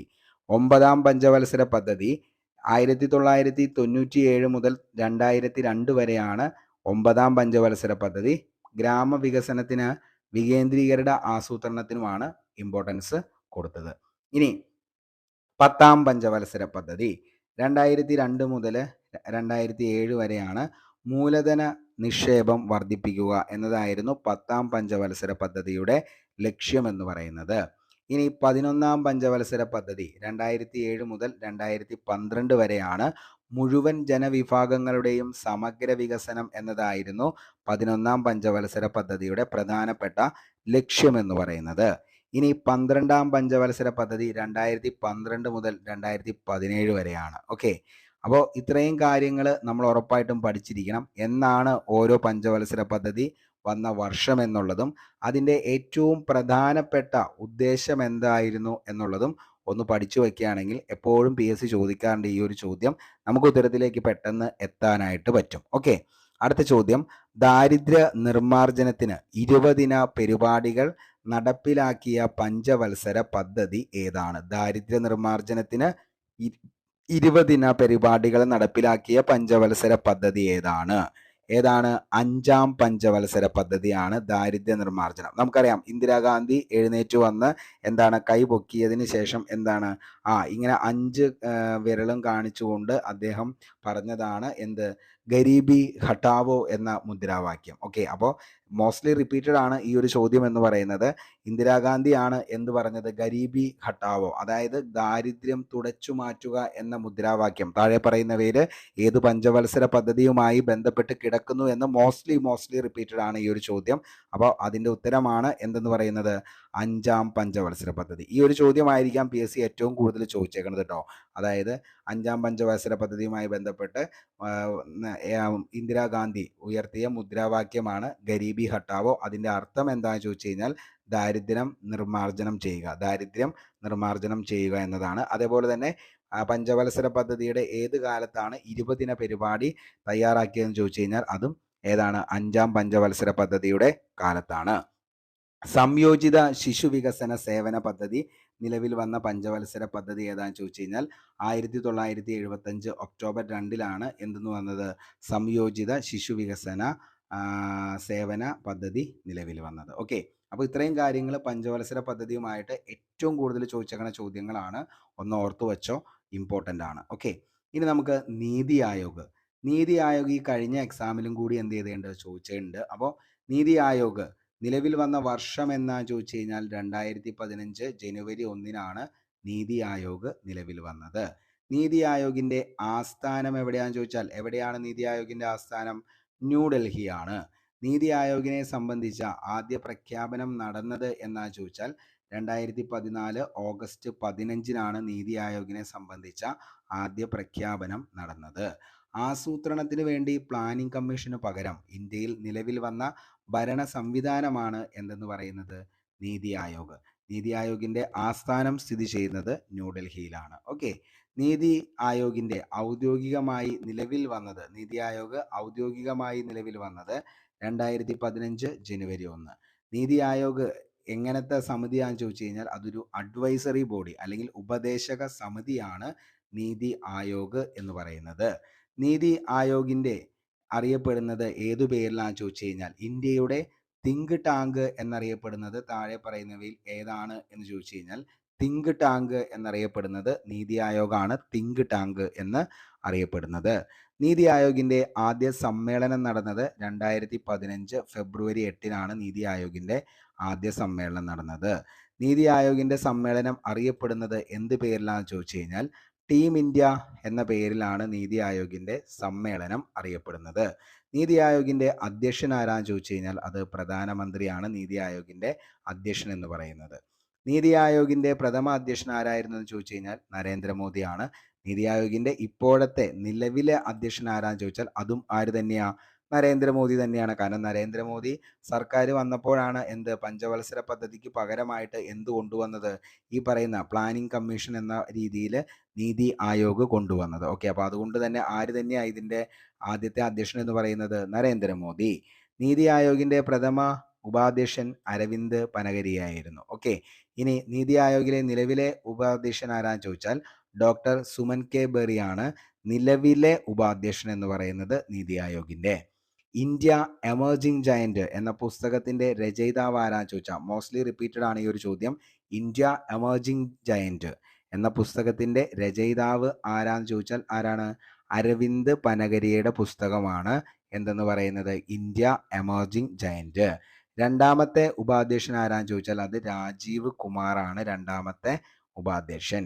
നീതി ആയോഗിന്റെ വൈസ് ചെയർമാൻ ഒരു കേന്ദ്ര ക്യാബിനറ്റ് മന്ത്രിയുടെ അതേ റാങ്കും പദവിയും ഉണ്ടായിരിക്കും. ഓക്കെ. അപ്പോൾ നീതി ആയോഗിന്റെ വൈസ് ചെയർമാൻ ഒരു കേന്ദ്ര ക്യാബിനറ്റ് മന്ത്രി അതിന്റെ പദവിയും റാങ്കുമാണ് നിലവിൽ കൊടുക്കുന്നത്. ഓക്കെ. നീതി ആയോഗിന്റെ പ്രഥമ CEO ആരായിരുന്നു ചോദിച്ചാൽ അത് സിന്ധുശ്രീ ഖുള്ളറാണ്. സിന്ധുശ്രീ ഖുള്ളർ. നീതി ആയോഗിന്റെ രണ്ടാമത്തെ CEO ആരാന്ന് ചോദിച്ചാൽ അമിതാഭ് കാന്താണ്. അമിതാഭ് കാന്തിന്റെ പ്രധാനപ്പെട്ട പുസ്തകങ്ങൾ ഏതൊക്കെയാണെന്ന് ചോദിച്ചാൽ branding India, the path ahead. Okay. അപ്പോൾ ദ പാത്ത് എഹെഡ് അതേപോലെ തന്നെ ബ്രാൻഡിങ് ഇന്ത്യ എന്ന് പറയുന്നത് ആരുടെ പുസ്തകമാണ് എന്ന് ചോദിച്ചു കഴിഞ്ഞാൽ ആരുടെ പുസ്തക? അമിതാഭ് കാന്തിന്റെ പുസ്തകമാണ് ബ്രാൻഡിങ് ഇന്ത്യ അതേപോലെ തന്നെ the path ahead. NITI Aayog സുസ്ഥിര വികസന സൂചികയിൽ ഒന്നാമതെത്തിയ സംസ്ഥാനം ഏതാന്ന് ചോദിച്ചാൽ 2021 2020 ആണ് കേട്ടോ. നീതി ആയോഗ് സുസ്ഥിര വികസന സൂചികയിൽ ഒന്നാമതെത്തിയ സംസ്ഥാനം ചോദിച്ചു കഴിഞ്ഞാൽ അത് നമ്മുടെ കേരളമാണ്. ഓക്കെ. ഇനി നീതി ആയോഗിന്റെ സുസ്ഥിര വികസന ലക്ഷ്യങ്ങൾ നഗര സൂചിക അനുസരിച്ച് ഏറ്റവും ഉയർന്ന സൂചികയുള്ള ഇന്ത്യയിലെ നഗരം ഏതാന്ന് ചോദിച്ചു കഴിഞ്ഞാൽ ഏതാണ്? അത് ഷിംലയാണ്. ഓക്കെ. അപ്പോൾ നീതി ആയോഗിന്റെ സുസ്ഥിര വികസന ലക്ഷ്യങ്ങൾ നഗര സൂചിക അനുസരിച്ച് ഏറ്റവും ഉയർന്ന സൂചികയുള്ള ഇന്ത്യയിലെ നഗരമാണ് ഷിംല എന്ന് പറയുന്നത്. നീതി ആയോഗിന്റെ ദാരിദ്ര്യ സൂചിക പ്രകാരം ശുദ്ധജല ലഭ്യത പ്രശ്നം ഏറ്റവും കുറവുള്ള സംസ്ഥാനം ഏതാന്ന് ചോദിച്ചാൽ നമ്മുടെ പഞ്ചാബാണ്. 5 നദികളുടെ നാട് എന്നറിയപ്പെടുന്ന പഞ്ചാബിനാണ് എന്തെന്ന് പറയുന്നത്? നീതി ആയോഗിന്റെ ദാരിദ്ര്യ സൂചിക പ്രകാരം ശുദ്ധജല ലഭ്യത പ്രശ്നം ഏറ്റവും കുറവുള്ള സംസ്ഥാനം. കൃഷിക്കും ഗ്രാമവികസനത്തിനും വേണ്ടിയുള്ള ദേശീയ ബാങ്ക് അറിയപ്പെടുന്ന പേരാണ് എന്തെന്ന് പറയുന്നത്? നബാർഡ്. ഫുൾ ഫോം ആണ് national bank for agriculture and rural development എന്നതാണ് നബാർഡിന്റെ ഫുൾ ഫോം എന്ന് പറയുന്നത്. ഓക്കെ. അപ്പോൾ PSC ചോദിക്കാറുണ്ട് ഈ പറയുന്ന നബാർഡ് എന്നാണ് നിലവിൽ വന്നത്, അതേപോലെ തന്നെ നബാർഡിന്റെ ആസ്ഥാനം സ്ഥിതി ചെയ്യുന്നത് എവിടെയാണ് എന്നൊക്കെ. അപ്പോൾ നമുക്ക് നബാർഡിനെ കുറിച്ചുള്ള ബാക്കി പോയിന്റ്സിലേക്ക് നോക്കാം. ഗ്രാമീണ കാർഷിക വികസനത്തിനായി പ്രവർത്തിക്കുന്ന ഇന്ത്യയിലെ ഉയർന്ന ബാങ്കാണ് എന്തെന്ന് പറയുന്നത്? നബാർഡ് എന്ന് പറയുന്നത്. ഓക്കെ. അപ്പോൾ ഗ്രാമീണ കാർഷിക വികസനത്തിനായി പ്രവർത്തിക്കുന്ന ഇന്ത്യയിലെ ഏറ്റവും ഉയർന്ന ബാങ്കാണ് നബാർഡ്. നബാർഡിൻ്റെ ആസ്ഥാനം സ്ഥിതി ചെയ്യുന്നത് എവിടെയാണെന്ന് ചോദിച്ചു കഴിഞ്ഞാൽ അത് മുംബൈയിലാണ്. നബാർഡ് രൂപീകരണവുമായി ബന്ധപ്പെട്ട കമ്മീഷനാണ് ബി ശിവരാമൻ കമ്മീഷൻ. ഇമ്പോർട്ടൻ്റ് ആണ് കേട്ടോ. നബാർഡ് രൂപീകരണവുമായി ബന്ധപ്പെട്ട കമ്മീഷൻ ഏതാണെന്ന് ചോദിച്ചാൽ ബി ശിവരാമൻ കമ്മീഷനാണ്. അതേപോലെ തന്നെ പ്രഥമ ചെയർമാൻ ആരാന്ന് ചോദിച്ചാൽ നബാർഡിൻ്റെ പ്രഥമ ചെയർമാൻ ആരാന്ന് ചോദിച്ചു കഴിഞ്ഞാൽ എം രാമകൃഷ്ണയാണ് നബാർഡിൻ്റെ പ്രഥമ ചെയർമാൻ എന്ന് പറയുന്നത്. നബാർഡ് രൂപീകൃതമായത് എന്നാണെന്ന് ചോദിച്ചു കഴിഞ്ഞാൽ മോസ്റ്റ്ലി റിപ്പീറ്റഡ് ആണ്. കാരണം ഈ ഒരു ഇയർ ആണ് നബാർഡുമായി ബന്ധപ്പെട്ട് PSC ഏറ്റവും കൂടുതൽ ചോദിക്കാറുള്ള നബാർഡ് രൂപീകൃതമായത് എന്നാന്നുള്ളത്. അത് 1982 ജൂലൈ 12. 1982 എന്ന് എന്താണ് നമ്മുടെ LDC LGS ലെവലിൽ ചോദിക്കും. ഡിഗ്രി ലെവലിലേക്ക് എടുക്കുകയാണെങ്കിൽ അത് 1982 ജൂലൈ 12, അതായത് ഇയറും ഡേറ്റും കൂടി എന്ത് ചെയ്യും അതിൻ്റെ അത് ചോദിക്കുന്നതായിരിക്കും. ഓക്കെ. ചെറുകിട വായ്പയുടെ നിയന്ത്രകൻ എന്നറിയപ്പെടുന്ന ബാങ്കാണ് എന്തെന്ന് പറയുന്നത് നബാർഡ്.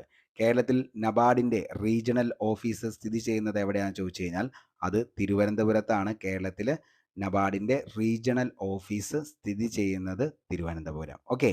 അടുത്ത് നമുക്ക് പഠിക്കാനുള്ളത് reserve bank of India.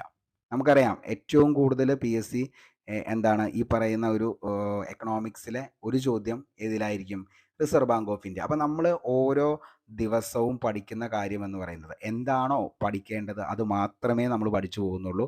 Card കയറി പഠിക്കുന്ന കാര്യം നമ്മളില്ല. അതുകൊണ്ട് തന്നെയാണ് നമ്മുടെ സ്റ്റുഡൻസിന് എന്താണ് അതായത് ഒരു എക്സാം പോയിന്റ് ഓഫ് വ്യൂവിൽ അവർക്ക് മാക്സിമം സ്കോർ ചെയ്യാനായിട്ട് പറ്റുന്നതും. ഓക്കെ. LDC ട്രിവാൻഡ്രം കഴിഞ്ഞപ്പോൾ അതായത് ബിഗിനേഴ്സ് ആയിട്ട് ഉദ്യോഗാർത്ഥിക്ക് പോലും 50-60 മാർക്കിലേക്ക് സ്കോർ ചെയ്യാൻ പറ്റി. അതേപോലെ കൊല്ലം കണ്ണൂർ കഴിഞ്ഞപ്പോഴും അതേപോലെ തന്നെ ആ ഒരു എന്താണ് ഹിസ്റ്ററി റിപ്പീറ്റ് ചെയ്തു. ഓക്കെ. അപ്പോൾ അതുകൊണ്ട് തന്നെ നിങ്ങൾ എന്ത് ചെയ്യുക, നന്നായിട്ട് പഠിക്കുക. പഠിച്ചതിന് ശേഷം നോട്ടും എന്ത് ചെയ്യുക, വായിച്ചു നോക്കുക. Okay. Reserve bank of India ദേശസാൽക്കരിച്ച വർഷം എന്നാണ് ചോദിച്ചാൽ 1949 ജനുവരി 1 റിസർവ് ബാങ്ക് ഓഫ് ഇന്ത്യ ദേശസാൽക്കരിച്ചത്. ബാങ്കിങ് മേഖലയുടെ വളർച്ചയെ നമുക്ക് 3 ഘട്ടങ്ങളായിട്ട് തരംതിരിക്കാം. ഓക്കെ. അപ്പോൾ ബാങ്കിങ് മേഖലയുടെ വളർച്ചയെ നമുക്ക് എത്രയായിട്ട് ഡിവൈഡ് ചെയ്യാം? 3 ഡിവൈഡ് ചെയ്യാം. ആദ്യ ഘട്ടം എന്ന് പറയുന്നത് 1770 മുതൽ 1969 വരെയുള്ള കാലമാണ് ആദ്യ ഘട്ടം.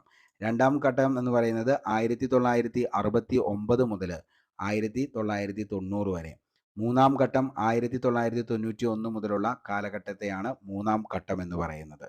ബാങ്ക് ദേശസാൽക്കരണം നടത്തിയ പ്രധാനമന്ത്രി ആരാണ് എന്ന് ചോദിച്ചു കഴിഞ്ഞാൽ അത് ഇന്ദിരാഗാന്ധിയാണ്. ഒന്നാം ഘട്ട ബാങ്ക് ദേശസാൽക്കരണം സമയത്ത് ധനകാര്യമന്ത്രി ആരെന്ന് പറയുന്നത് ഇന്ദിരാഗാന്ധി. അതായത് 1969 ഒന്നാം ബാങ്ക് ദേശസാൽക്കരണം നടക്കുന്നത്. ബാങ്കുകളുടെ ദേശസാൽക്കരണത്തിന് നയിച്ചതിനുള്ള കാരണം എന്ന് പറയുന്നത് സാമൂഹ്യ പുരോഗതി ലക്ഷ്യമാക്കിയുള്ള ബാങ്കുകളുടെ പ്രവർത്തനം ക്രമീകരിക്കുന്നതിന് വേണ്ടിയിട്ടാണ് എന്ത് ചെയ്തത്, ആദ്യഘട്ട ബാങ്ക് ദേശസാൽക്കരണം നടന്നത്. അത് 1969 ജൂലൈ 19 ഒന്നാം ഘട്ട ബാങ്ക് ദേശസാൽക്കരണം. അന്ന് എത്ര ബാങ്കുകളെയാണ് ദേശസാൽക്കരിച്ചത് എന്ന് ചോദിച്ചു കഴിഞ്ഞാൽ 14 ബാങ്കുകളെയാണ് ഒന്നാം ഘട്ട ബാങ്ക് ദേശസാൽക്കരണത്തിൽ ഉണ്ടായിരുന്നത്. 1969 ജൂലൈ 19 14 ബാങ്കുകൾ.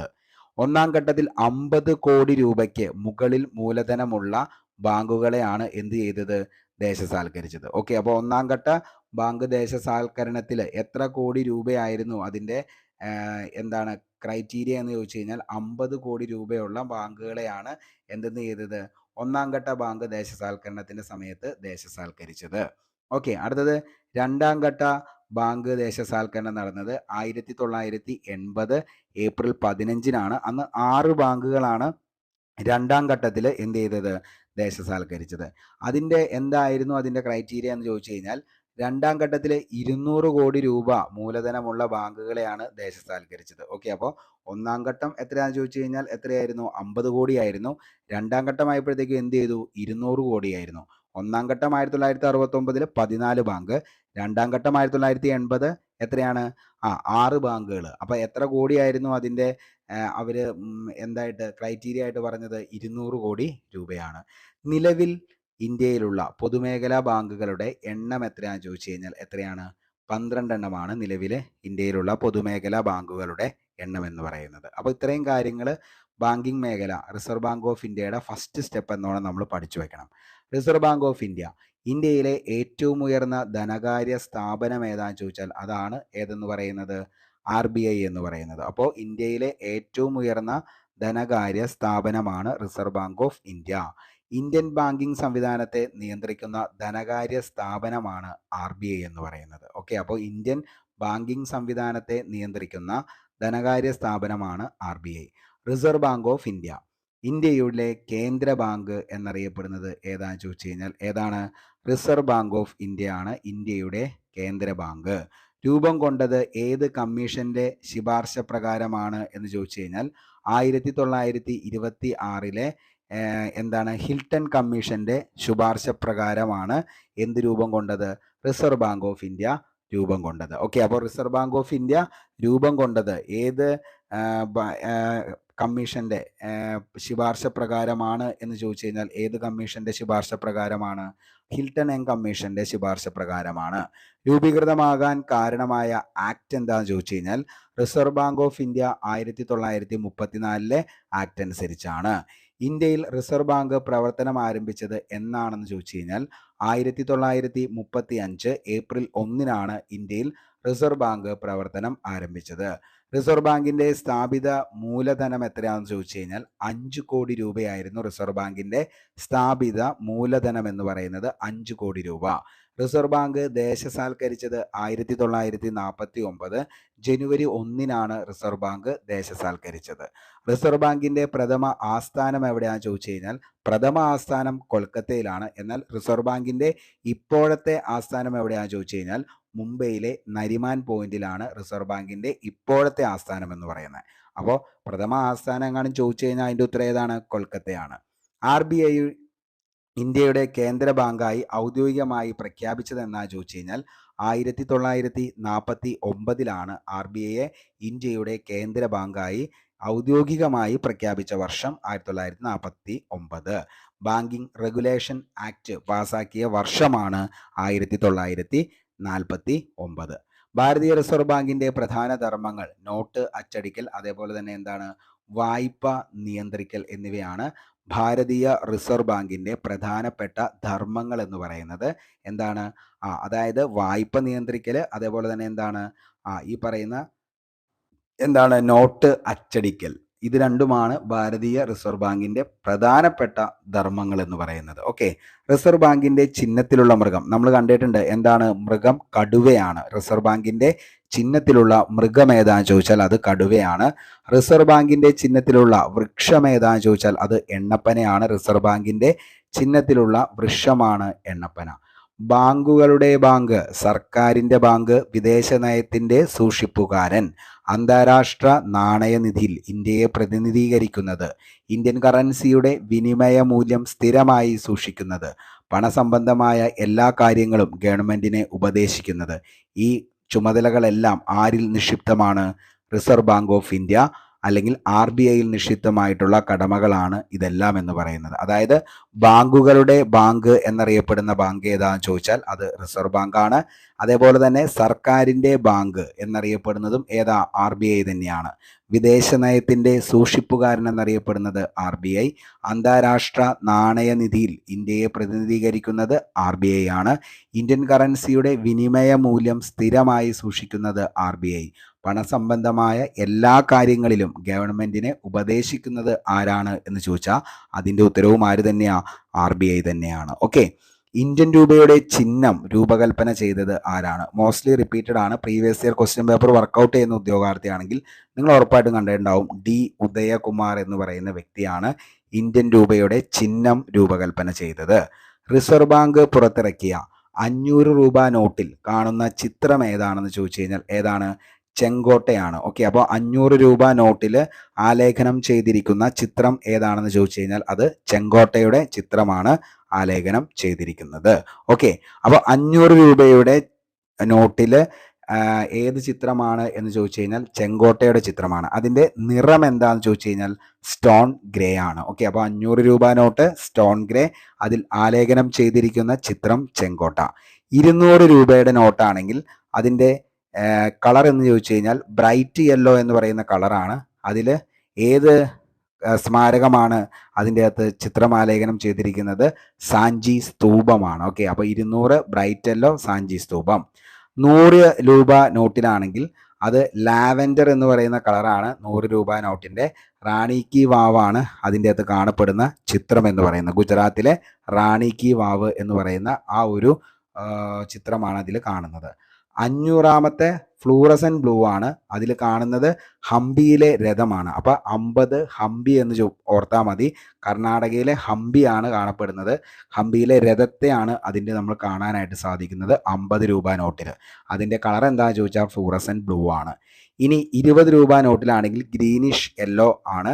അതിൻ്റെ അകത്ത് കാണപ്പെടുന്ന ചിത്രം ഏതാണെന്ന് ചോദിച്ചാൽ എല്ലോറ ഗുഹകൾ, മഹാരാഷ്ട്രയിലെ അജന്ത എല്ലോറ ഗുഹകളാണ് 20 രൂപ നോട്ടിൽ കാണപ്പെടുന്നത്. ഇനി 10 രൂപ നോട്ട്, അതിൻ്റെ അകത്ത് കളർ എന്താണെന്ന് ചോദിച്ചു കഴിഞ്ഞാൽ ചോക്ലേറ്റ് ബ്രൗൺ ആണ് 10 രൂപ നോട്ടിൽ. അതിൽ കാണുന്ന ചിത്രം ഏതാണെന്ന് ചോദിച്ചു കഴിഞ്ഞാൽ കൊണാർക്കിലെ സൂര്യക്ഷേത്രത്തെയാണ് നമുക്ക് 10 രൂപ നോട്ടിൽ കാണാനായിട്ട് സാധിക്കുന്നത്. ഓക്കെ, ഇനി 1 രൂപ നോട്ട്, അതായത് കേന്ദ്ര ധനകാര്യ സെക്രട്ടറി ഒപ്പുവെക്കുന്ന നോട്ടാണ് 1 രൂപ നോട്ട്. അതിൻ്റെ അകത്ത് ബാക്കിയെല്ലാം എന്താണ്? റിസർവ് ബാങ്ക് ഗവർണറാണ് ബാക്കി എല്ലാ നോട്ടുകളിലും ഒപ്പുവെക്കുന്നത്. പക്ഷേ കേന്ദ്ര ധനകാര്യ സെക്രട്ടറി ഒപ്പുവെക്കുന്ന നോട്ട് ഏതാണെന്ന് ചോദിച്ചാൽ 1 രൂപയുടെ നോട്ടാണ്. അതിൻ്റെ കളറ് പിങ്ക് ഗ്രീൻ ആണ്. സാഗർ സാമ്രാട്ടാണ് അതിൻ്റെ അകത്ത് കാണുന്നത്. ഓക്കെ, അപ്പോൾ ഈ ഓരോ ഇന്ത്യയുടെ എന്താണ് നോട്ടുകൾ, രൂപകൾ ഏതാണെന്നുള്ളതും അതിൻ്റെ നിറങ്ങൾ എന്താണെന്നുള്ളതും അതിൻ്റെ അകത്ത് നിലവിൽ ആലേഖനം ചെയ്തിരിക്കുന്ന ചിത്രം എന്താണെന്നുള്ളതും ഒന്ന് പഠിച്ചു വെച്ചോ, ഇമ്പോർട്ടൻ്റ് ആണ്, ചോദിക്കാറുണ്ട്. LGS ലെവലിലൊക്കെ ഷുവർ ഷോട്ടാണ് ഈ ഒരു ക്വസ്റ്റ്യൻ എന്ന് പറയുന്നത്. ഓക്കെ, അടുത്തത് ഹരിത വിപ്ലവം. ഇന്ത്യയെ ഭക്ഷ്യധാന്യങ്ങളുടെ കാര്യത്തിൽ സ്വയം പര്യാപ്തത കൈവരിക്കാൻ പ്രാപ്തമാക്കിയത് എന്താണ് എന്ന് ചോദിച്ചു കഴിഞ്ഞാൽ അത് ഹരിത വിപ്ലവമാണ്. അപ്പോൾ ഇന്ത്യയെ ഭക്ഷ്യധാന്യങ്ങളുടെ കാര്യത്തിൽ സ്വയം പര്യാപ്തത കൈവരിക്കാൻ പ്രാപ്തമാക്കിയത് ഹരിത വിപ്ലവം. ജില്ലാതല തീവ്ര കാർഷിക പരിപാടി ഏത് പേരിലാണ് പിൽക്കാലത്ത് അറിയപ്പെട്ടത് എന്ന് ചോദിച്ചാൽ അത് ഹരിത വിപ്ലവം എന്ന പേരിലാണ് അറിയപ്പെട്ടത്. അത്യുൽപാദന ശേഷിയുള്ള വിത്തിനങ്ങൾ, ജലസേചന സൗകര്യങ്ങൾ, രാസവളം, കീടനാശിനികൾ, കുറഞ്ഞ പലിശയിൽ സാമ്പത്തിക സഹായം എന്നിവ ഉപയോഗപ്പെടുത്തി കാർഷിക ഉൽപാദനത്തിൽ വരുത്തിയ ഗണ്യമായ പുരോഗതി അറിയപ്പെടുന്നതാണ് എന്തെന്ന് പറയുന്നത് green revolution, otherwise known as ഹരിത വിപ്ലവം എന്ന് പറയുന്നത്. ഓക്കെ, അപ്പോൾ അത്യുൽപാദന ശേഷിയുള്ള വിത്തിനങ്ങൾ, ജലസേചന സൗകര്യങ്ങൾ, രാസവളം, കീടനാശിനി, കുറഞ്ഞ പലിശയിലുള്ള സാമ്പത്തിക സഹായം എന്നിവ ഉപയോഗപ്പെടുത്തി കാർഷിക ഉൽപാദനത്തിൽ വരുത്തിയ ഗണ്യമായ പുരോഗതിക്ക് അറിയപ്പെടുന്നതാണ് ഹരിത വിപ്ലവം അല്ലെങ്കിൽ ഗ്രീൻ റവല്യൂഷൻ. ഹരിത വിപ്ലവത്തിൻ്റെ 1ാം ഘട്ടമായി കണക്കാക്കുന്നത് 1960 മുതൽ 1970 പകുതി വരെയാണ്. ഓക്കെ, അപ്പോൾ ഹരിത വിപ്ലവത്തിൻ്റെ 1ാം ഘട്ടം 1960 മുതൽ 1970 പകുതി വരെ. ഹരിത വിപ്ലവത്തിൻ്റെ 2ാം കാലഘട്ടം എന്ന് പറയുന്നത് 1970 പകുതി മുതൽ 1980 പകുതി വരെയാണ്. ഓക്കെ, ഹരിത വിപ്ലവത്തിൻ്റെ 1ാം ഘട്ടത്തിൽ അത്യുൽപാദന ശേഷിയുള്ള വിത്തിനങ്ങളുടെ ഉപയോഗം പഞ്ചാബ്, ആന്ധ്രാപ്രദേശ് എന്നീ സംസ്ഥാനങ്ങളിൽ പരിമിതപ്പെട്ടു. 1960കളിൽ ഡോക്ടർ നോർമൻ ബോർലോഗ് വികസിപ്പിച്ച ആധുനിക കൃഷിരീതി ഉൽപാദനത്തിൽ വൻ വർധനവുണ്ടാക്കി. റോക്ക്ഫെല്ലർ ഫൗണ്ടേഷൻ നൽകിയ ധനസഹായം ഉപയോഗിച്ച് മെക്സിക്കൻ സർക്കാർ 1945 ആരംഭിച്ച ഗോതമ്പ് കൃഷിയുടെ ഗവേഷണത്തിലൂടെയാണ് ഹരിത വിപ്ലവത്തിന് തുടക്കം കുറിച്ചതെന്ന് പറയാം. 1960കളിലെ കാർഷിക മേഖലയിൽ പുത്തൻ സാമ്പത്തിക വിദ്യകളും കൃഷിരീതികളും അവലംബിച്ചതോടെ ഉൽപാദനം വളരെയധികം വർദ്ധിച്ചു. ഹരിത വിപ്ലവ കാലത്ത് ഇന്ത്യയിൽ വികസിപ്പിച്ചെടുത്ത അത്യുൽപാദന ശേഷിയുള്ള ഗോതമ്പിനങ്ങൾ വെരി വെരി ഇമ്പോർട്ടൻ്റ് ആണ്. കല്യാൺ സോനയും സൊണാലിക എന്ന് പറയുന്ന 2 തരം ഗോതമ്പ് വിളകളാണ് ആ ഒരു സമയത്ത് ഇന്ത്യയിൽ വികസിപ്പിച്ചെടുത്തത് ഹരിത വിപ്ലവവുമായി ബന്ധപ്പെട്ട്. ഹരിത വിപ്ലവത്തിൽ ഏറ്റവും കൂടുതൽ വിളവ് ലഭിച്ച ധാന്യം ഏതാണെന്ന് ചോദിച്ചാൽ അതുകൊണ്ട് ഏത് തന്നെയാണ്? ഗോതമ്പാണ്. ഹരിത വിപ്ലവത്തിൽ ഏറ്റവും മെച്ചമുണ്ടാക്കിയ നാണ്യവിള ചോദിച്ചു കഴിഞ്ഞാൽ അത് കരിമ്പാണ്. ഓക്കെ, അപ്പോൾ ഏറ്റവും കൂടുതൽ ഉൽപ്പാദിപ്പിച്ചത് ഗോതമ്പാണെങ്കിലും ഏറ്റവും കൂടുതൽ മെച്ചമുണ്ടാക്കിയത് ഏതാണെന്ന് ചോദിച്ചു കഴിഞ്ഞാൽ അത് ഏതാണ്? നാണ്യവിള എന്ന് പറയുന്നത് കരിമ്പാണ്. വിപ്ലവത്തിൻ്റെ പിതാവ് എന്നറിയപ്പെടുന്നത്, ഹരിത വിപ്ലവത്തിൻ്റെ പിതാവ് നോർമൻ ബോർലോഗ്. ഇന്ത്യൻ അഗ്രികൾച്ചറിൻ്റെ പിതാവ് എന്നറിയപ്പെടുന്നത് ഡോക്ടർ MS സ്വാമിനാഥൻ. ഇന്ത്യൻ ഹരിത വിപ്ലവത്തിൻ്റെ പിതാവ് എന്നറിയപ്പെടുന്നതും ഡോക്ടർ MS സ്വാമിനാഥൻ. ഹരിത വിപ്ലവം ആരംഭിച്ച രാജ്യം ഏതാണെന്ന് ചോദിച്ചാൽ അത് മെക്സിക്കോ ആണ്. ഹരിത വിപ്ലവത്തിൻ്റെ ഏഷ്യൻ ഗേഹം എന്നറിയപ്പെടുന്നത് ഏതാണെന്ന് ചോദിച്ചു കഴിഞ്ഞാൽ അത് ഫിലിപ്പൈൻസ് ആണ്. അപ്പോൾ എന്താണ്, ഹരിത വിപ്ലവം ആരംഭിച്ചത് മെക്സിക്കോയിലാണ്. ഹരിത വിപ്ലവത്തിന്റെ ഏഷ്യൻ ഗേഹമാണ് ഫിലിപ്പൈൻസ്. ഇനി ഹരിത വിപ്ലവത്തിന്റെ പിതാവ് ആരാ ചോദിച്ചാൽ നോർമൻ ബോർലോഗ്. ഇന്ത്യൻ അഗ്രികൾച്ചറിന്റെ അല്ലെങ്കിൽ ഇന്ത്യൻ ഹരിത വിപ്ലവത്തിന്റെ പിതാവാണ് ആരെന്ന് പറയുന്നത് ഡോക്ടർ MS സ്വാമിനാഥൻ എന്ന് പറയുന്നത്. എന്തായിരുന്നു ഹരിത വിപ്ലവത്തിന്റെ ഗുണങ്ങൾ എന്തെന്ന് ചോദിച്ചു കഴിഞ്ഞാൽ ഭക്ഷ്യക്ഷാമം അതോടുകൂടി ഉൽപാദനം വർദ്ധിപ്പിച്ചു. ഭക്ഷ്യക്ഷാമം ഇല്ലാതായി, ഉൽപാദനം വർദ്ധിപ്പിച്ചു. ഭക്ഷ്യക്ഷാമം ഇല്ലാതായി, ഉൽപാദനം വർദ്ധിപ്പിച്ചു. ഗവൺമെന്റ് ഭക്ഷ്യധാന്യ ശേഖരത്തിൽ നിന്നും പൊതുവിതരണ സംവിധാനത്തിലൂടെയുള്ള കുറഞ്ഞ വിലയ്ക്ക് ഭക്ഷ്യധാന്യം വിതരണം ചെയ്യാൻ കഴിഞ്ഞു. അതേപോലെ തന്നെ കൃഷിയോഗ്യമായ സ്ഥലത്തിന്റെ അളവ് വർദ്ധിച്ചു. ഭക്ഷ്യധാന്യങ്ങളുടെ അപര്യാപ്തത പരിഹരിക്കാൻ ആവശ്യമായ ധാന്യശേഖരം ഉണ്ടാക്കുന്നതിന് ഹരിത വിപ്ലവം ഗവൺമെന്റിനെ സഹായിച്ചു. അത്രയായിരുന്നു എന്തിൻ്റെ, ഹരിത വിപ്ലവത്തിൻ്റെ ഗുണങ്ങൾ എന്ന് പറയുന്നത്. ഓക്കെ, ഇനി എന്തൊക്കെയായിരുന്നു അതിൻ്റെ പോരായ്മകൾ എന്ന് ചോദിച്ചു കഴിഞ്ഞാൽ, അതായത് ഹരിത വിപ്ലവത്തിൻ്റെ പോരായ്മകളാണ് ഹരിത വിപ്ലവം മുഖേന വൻകിട കർഷകരും ചെറുകിട കർഷകരും തമ്മിലുള്ള അന്തരം എന്ന് പറയുന്നത് കൂടുകയാണ് ഉണ്ടായത്. ഹരിത വിപ്ലവത്തിൻ്റെ ഗുണങ്ങൾ കൂടുതൽ ലഭിച്ചത് ധനിക കർഷകർക്ക് തന്നെയായിരുന്നു. ഹരിത വിപ്ലവത്തിൻ്റെ ഒന്നാം ഘട്ടം ചില സംസ്ഥാനങ്ങളിൽ മാത്രമായിട്ട് എന്ത് ചെയ്യാണ്, ഒതുങ്ങി നിൽക്കുകയാണ്. നമ്മളിതിപ്പോൾ ഇതിൻ്റെ അകത്ത് പറഞ്ഞു, അതായത് എന്താണ്, ഈ പറയുന്ന 1960കളിൽ നോർമൻ ബോർലോഗ് എന്താണ് വളരെയധികം എന്താണ് വർധനവുണ്ടാക്കി. അപ്പോൾ ആ ഒരു സമയത്ത് ഏറ്റവും കൂടുതൽ എവിടെയാണ് ഇത് വന്നതെന്ന് ചോദിച്ചു കഴിഞ്ഞാൽ അത് പഞ്ചാബ്, ആന്ധ്രാപ്രദേശ് എന്നീ സംസ്ഥാനങ്ങളിൽ മാത്രമായിട്ടാണ് ആ ഒരു സമയത്ത് എന്ത് ചെയ്തത്, ഈ പറയുന്ന നമ്മുടെ ഹരിത വിപ്ലവം ഒതുങ്ങി നിന്നത്. ഓക്കെ, പക്ഷെ അത് എല്ലാ സംസ്ഥാനങ്ങളിലേക്ക് എന്ത് ചെയ്തില്ല, വ്യാപിപ്പിച്ചില്ല എന്നുള്ളത് നമുക്ക് മനസ്സിലാക്കാനായിട്ട് പറ്റും. ഓക്കെ, അപ്പോൾ അതൊരു വൻ പ്രതിസന്ധിക്ക് തന്നെ ഇടയാക്കി എന്ന് വേണമെങ്കിൽ നമുക്ക് പറയാം. ഓക്കെ, അതേപോലെ തന്നെ കാർഷിക വായ്പകളുടെ ആവശ്യകത കൂടി കർഷകരുടെ ജീവിത നിലവാരത്തിൽ മാറ്റമുണ്ടാക്കാൻ എന്ത് ചെയ്തില്ല, കഴിഞ്ഞില്ല. അതായത് സാധാരണക്കാരായിട്ടുള്ള കർഷകരുടെ ജീവിതത്തിൽ മാത്രമാണ് എന്ത് ചെയ്തുള്ളൂ, ആ ഹരിത വിപ്ലവത്തിന് മാറ്റം സൃഷ്ടിക്കാൻ കഴിയാതെ പോയുള്ളൂ. ബാക്കി വൻകിട കർഷകർക്കും അതേപോലെ തന്നെ ഭൂ ഉടമകൾക്കും വളരെയധികം ഉപകാരം ആയിരുന്നു എന്തെന്ന് പറയുന്നത് ഹരിത വിപ്ലവം എന്ന് പറയുന്നത്. അപ്പോൾ ഇത്രയും കാര്യങ്ങളാണ് ഇതിൻ്റെ അകത്ത് നമുക്ക് പഠിക്കാനുള്ളത്. അപ്പോൾ എല്ലാവർക്കും ക്ലാസ് ഇഷ്ടമായി എന്ന് കരുതുന്നു. ഇഷ്ടമായെങ്കിൽ ഉറപ്പായിട്ടും ക്ലാസ് നമ്മുടെ വീഡിയോയ്ക്ക് ഒരു ലൈക്ക് അടിക്കുക. അതേപോലെ തന്നെ നിങ്ങളുടെ അഭിപ്രായം അത് എന്ത് തന്നെയാണെങ്കിലും താഴെ കമൻറ്റ് ബോക്സിൽ രേഖപ്പെടുത്തുക. ഓക്കെ, കാരണം എന്താണെന്ന് ചോദിച്ചു കഴിഞ്ഞാൽ എന്തെങ്കിലും കാര്യങ്ങൾ ഉണ്ടെങ്കിൽ നിങ്ങൾ താഴെ കമൻറ്റ് ബോക്സിൽ രേഖപ്പെടുത്തുമ്പോഴാണ് നമുക്ക് അത് കംപ്ലീറ്റ് വീണ്ടും നമ്മുടെ എന്താണ് ക്ലാസ്സുകൾക്കായാലും കൂടുതൽ നമുക്ക് അതിൻ്റെ എന്താണ് കാര്യങ്ങൾ മെച്ചപ്പെടുത്താനായിട്ട് പറ്റത്തുള്ളൂ. അതേപോലെ തന്നെ ക്ലാസ് കഴിഞ്ഞതിന് ശേഷം എല്ലാവരും നേരെ ടെലഗ്രാമിലേക്ക് പോരെ. ടെലഗ്രാമിൽ അതിൻ്റെ PDF നോട്ട് അവൈലബിൾ ആയിരിക്കും. അപ്പോൾ അതൊന്ന് എന്താണ് 1, 2, 3 തവണ വായിക്കാനായിട്ട് ശ്രമിക്കുക. അതേപോലെ തന്നെ എന്ത് ചെയ്യുക, ഇനിയും നമ്മുടെ ടെലഗ്രാം ചാനലിൽ ജോയിൻ ചെയ്യാത്ത ആരെങ്കിലും ഉണ്ടെങ്കിൽ ഉടൻ തന്നെ ടെലഗ്രാം ചാനലിൽ ഒന്ന് ജോയിൻ ചെയ്യാൻ ഒന്ന് ശ്രമിക്കുക. അപ്പോൾ ഇത്രയും കാര്യങ്ങളാണ് എക്കണോമിക്സുമായി ബന്ധപ്പെട്ട് ഏറ്റവും ഇമ്പോർട്ടൻ്റ് ആയിട്ട് എക്സാം പോയിന്റ് ഓഫ് വ്യൂവിൽ പഠിക്കാനുള്ളൂ. ഒത്തിരി കാര്യങ്ങളുണ്ട് പഠിക്കാൻ, പക്ഷേ നമുക്ക് വേണ്ടത് എന്താണെന്നുള്ളത് മാത്രം നമ്മൾ എന്ത് ചെയ്യുക, സോർട്ട് ചെയ്ത് ആവശ്യമുള്ളത് പഠിക്കുക, അതെന്ത് ചെയ്യുക, റിവിഷൻ ചെയ്യുക, കംപ്ലീറ്റ് ചെയ്യുക. അപ്പോൾ ഇത്രയും കാര്യങ്ങളെങ്കിലും ഉറപ്പായിട്ടും പഠിച്ചിരിക്കണം. അപ്പോൾ ഇത് കഴിഞ്ഞതിന് ശേഷം നമുക്ക് വൈകിട്ട് 9 മണിക്ക് ക്വസ്റ്റ്യൻ പോൾ ഉണ്ടാവും, അതിൻ്റെ അകത്തും അറ്റൻഡ് ചെയ്യുക.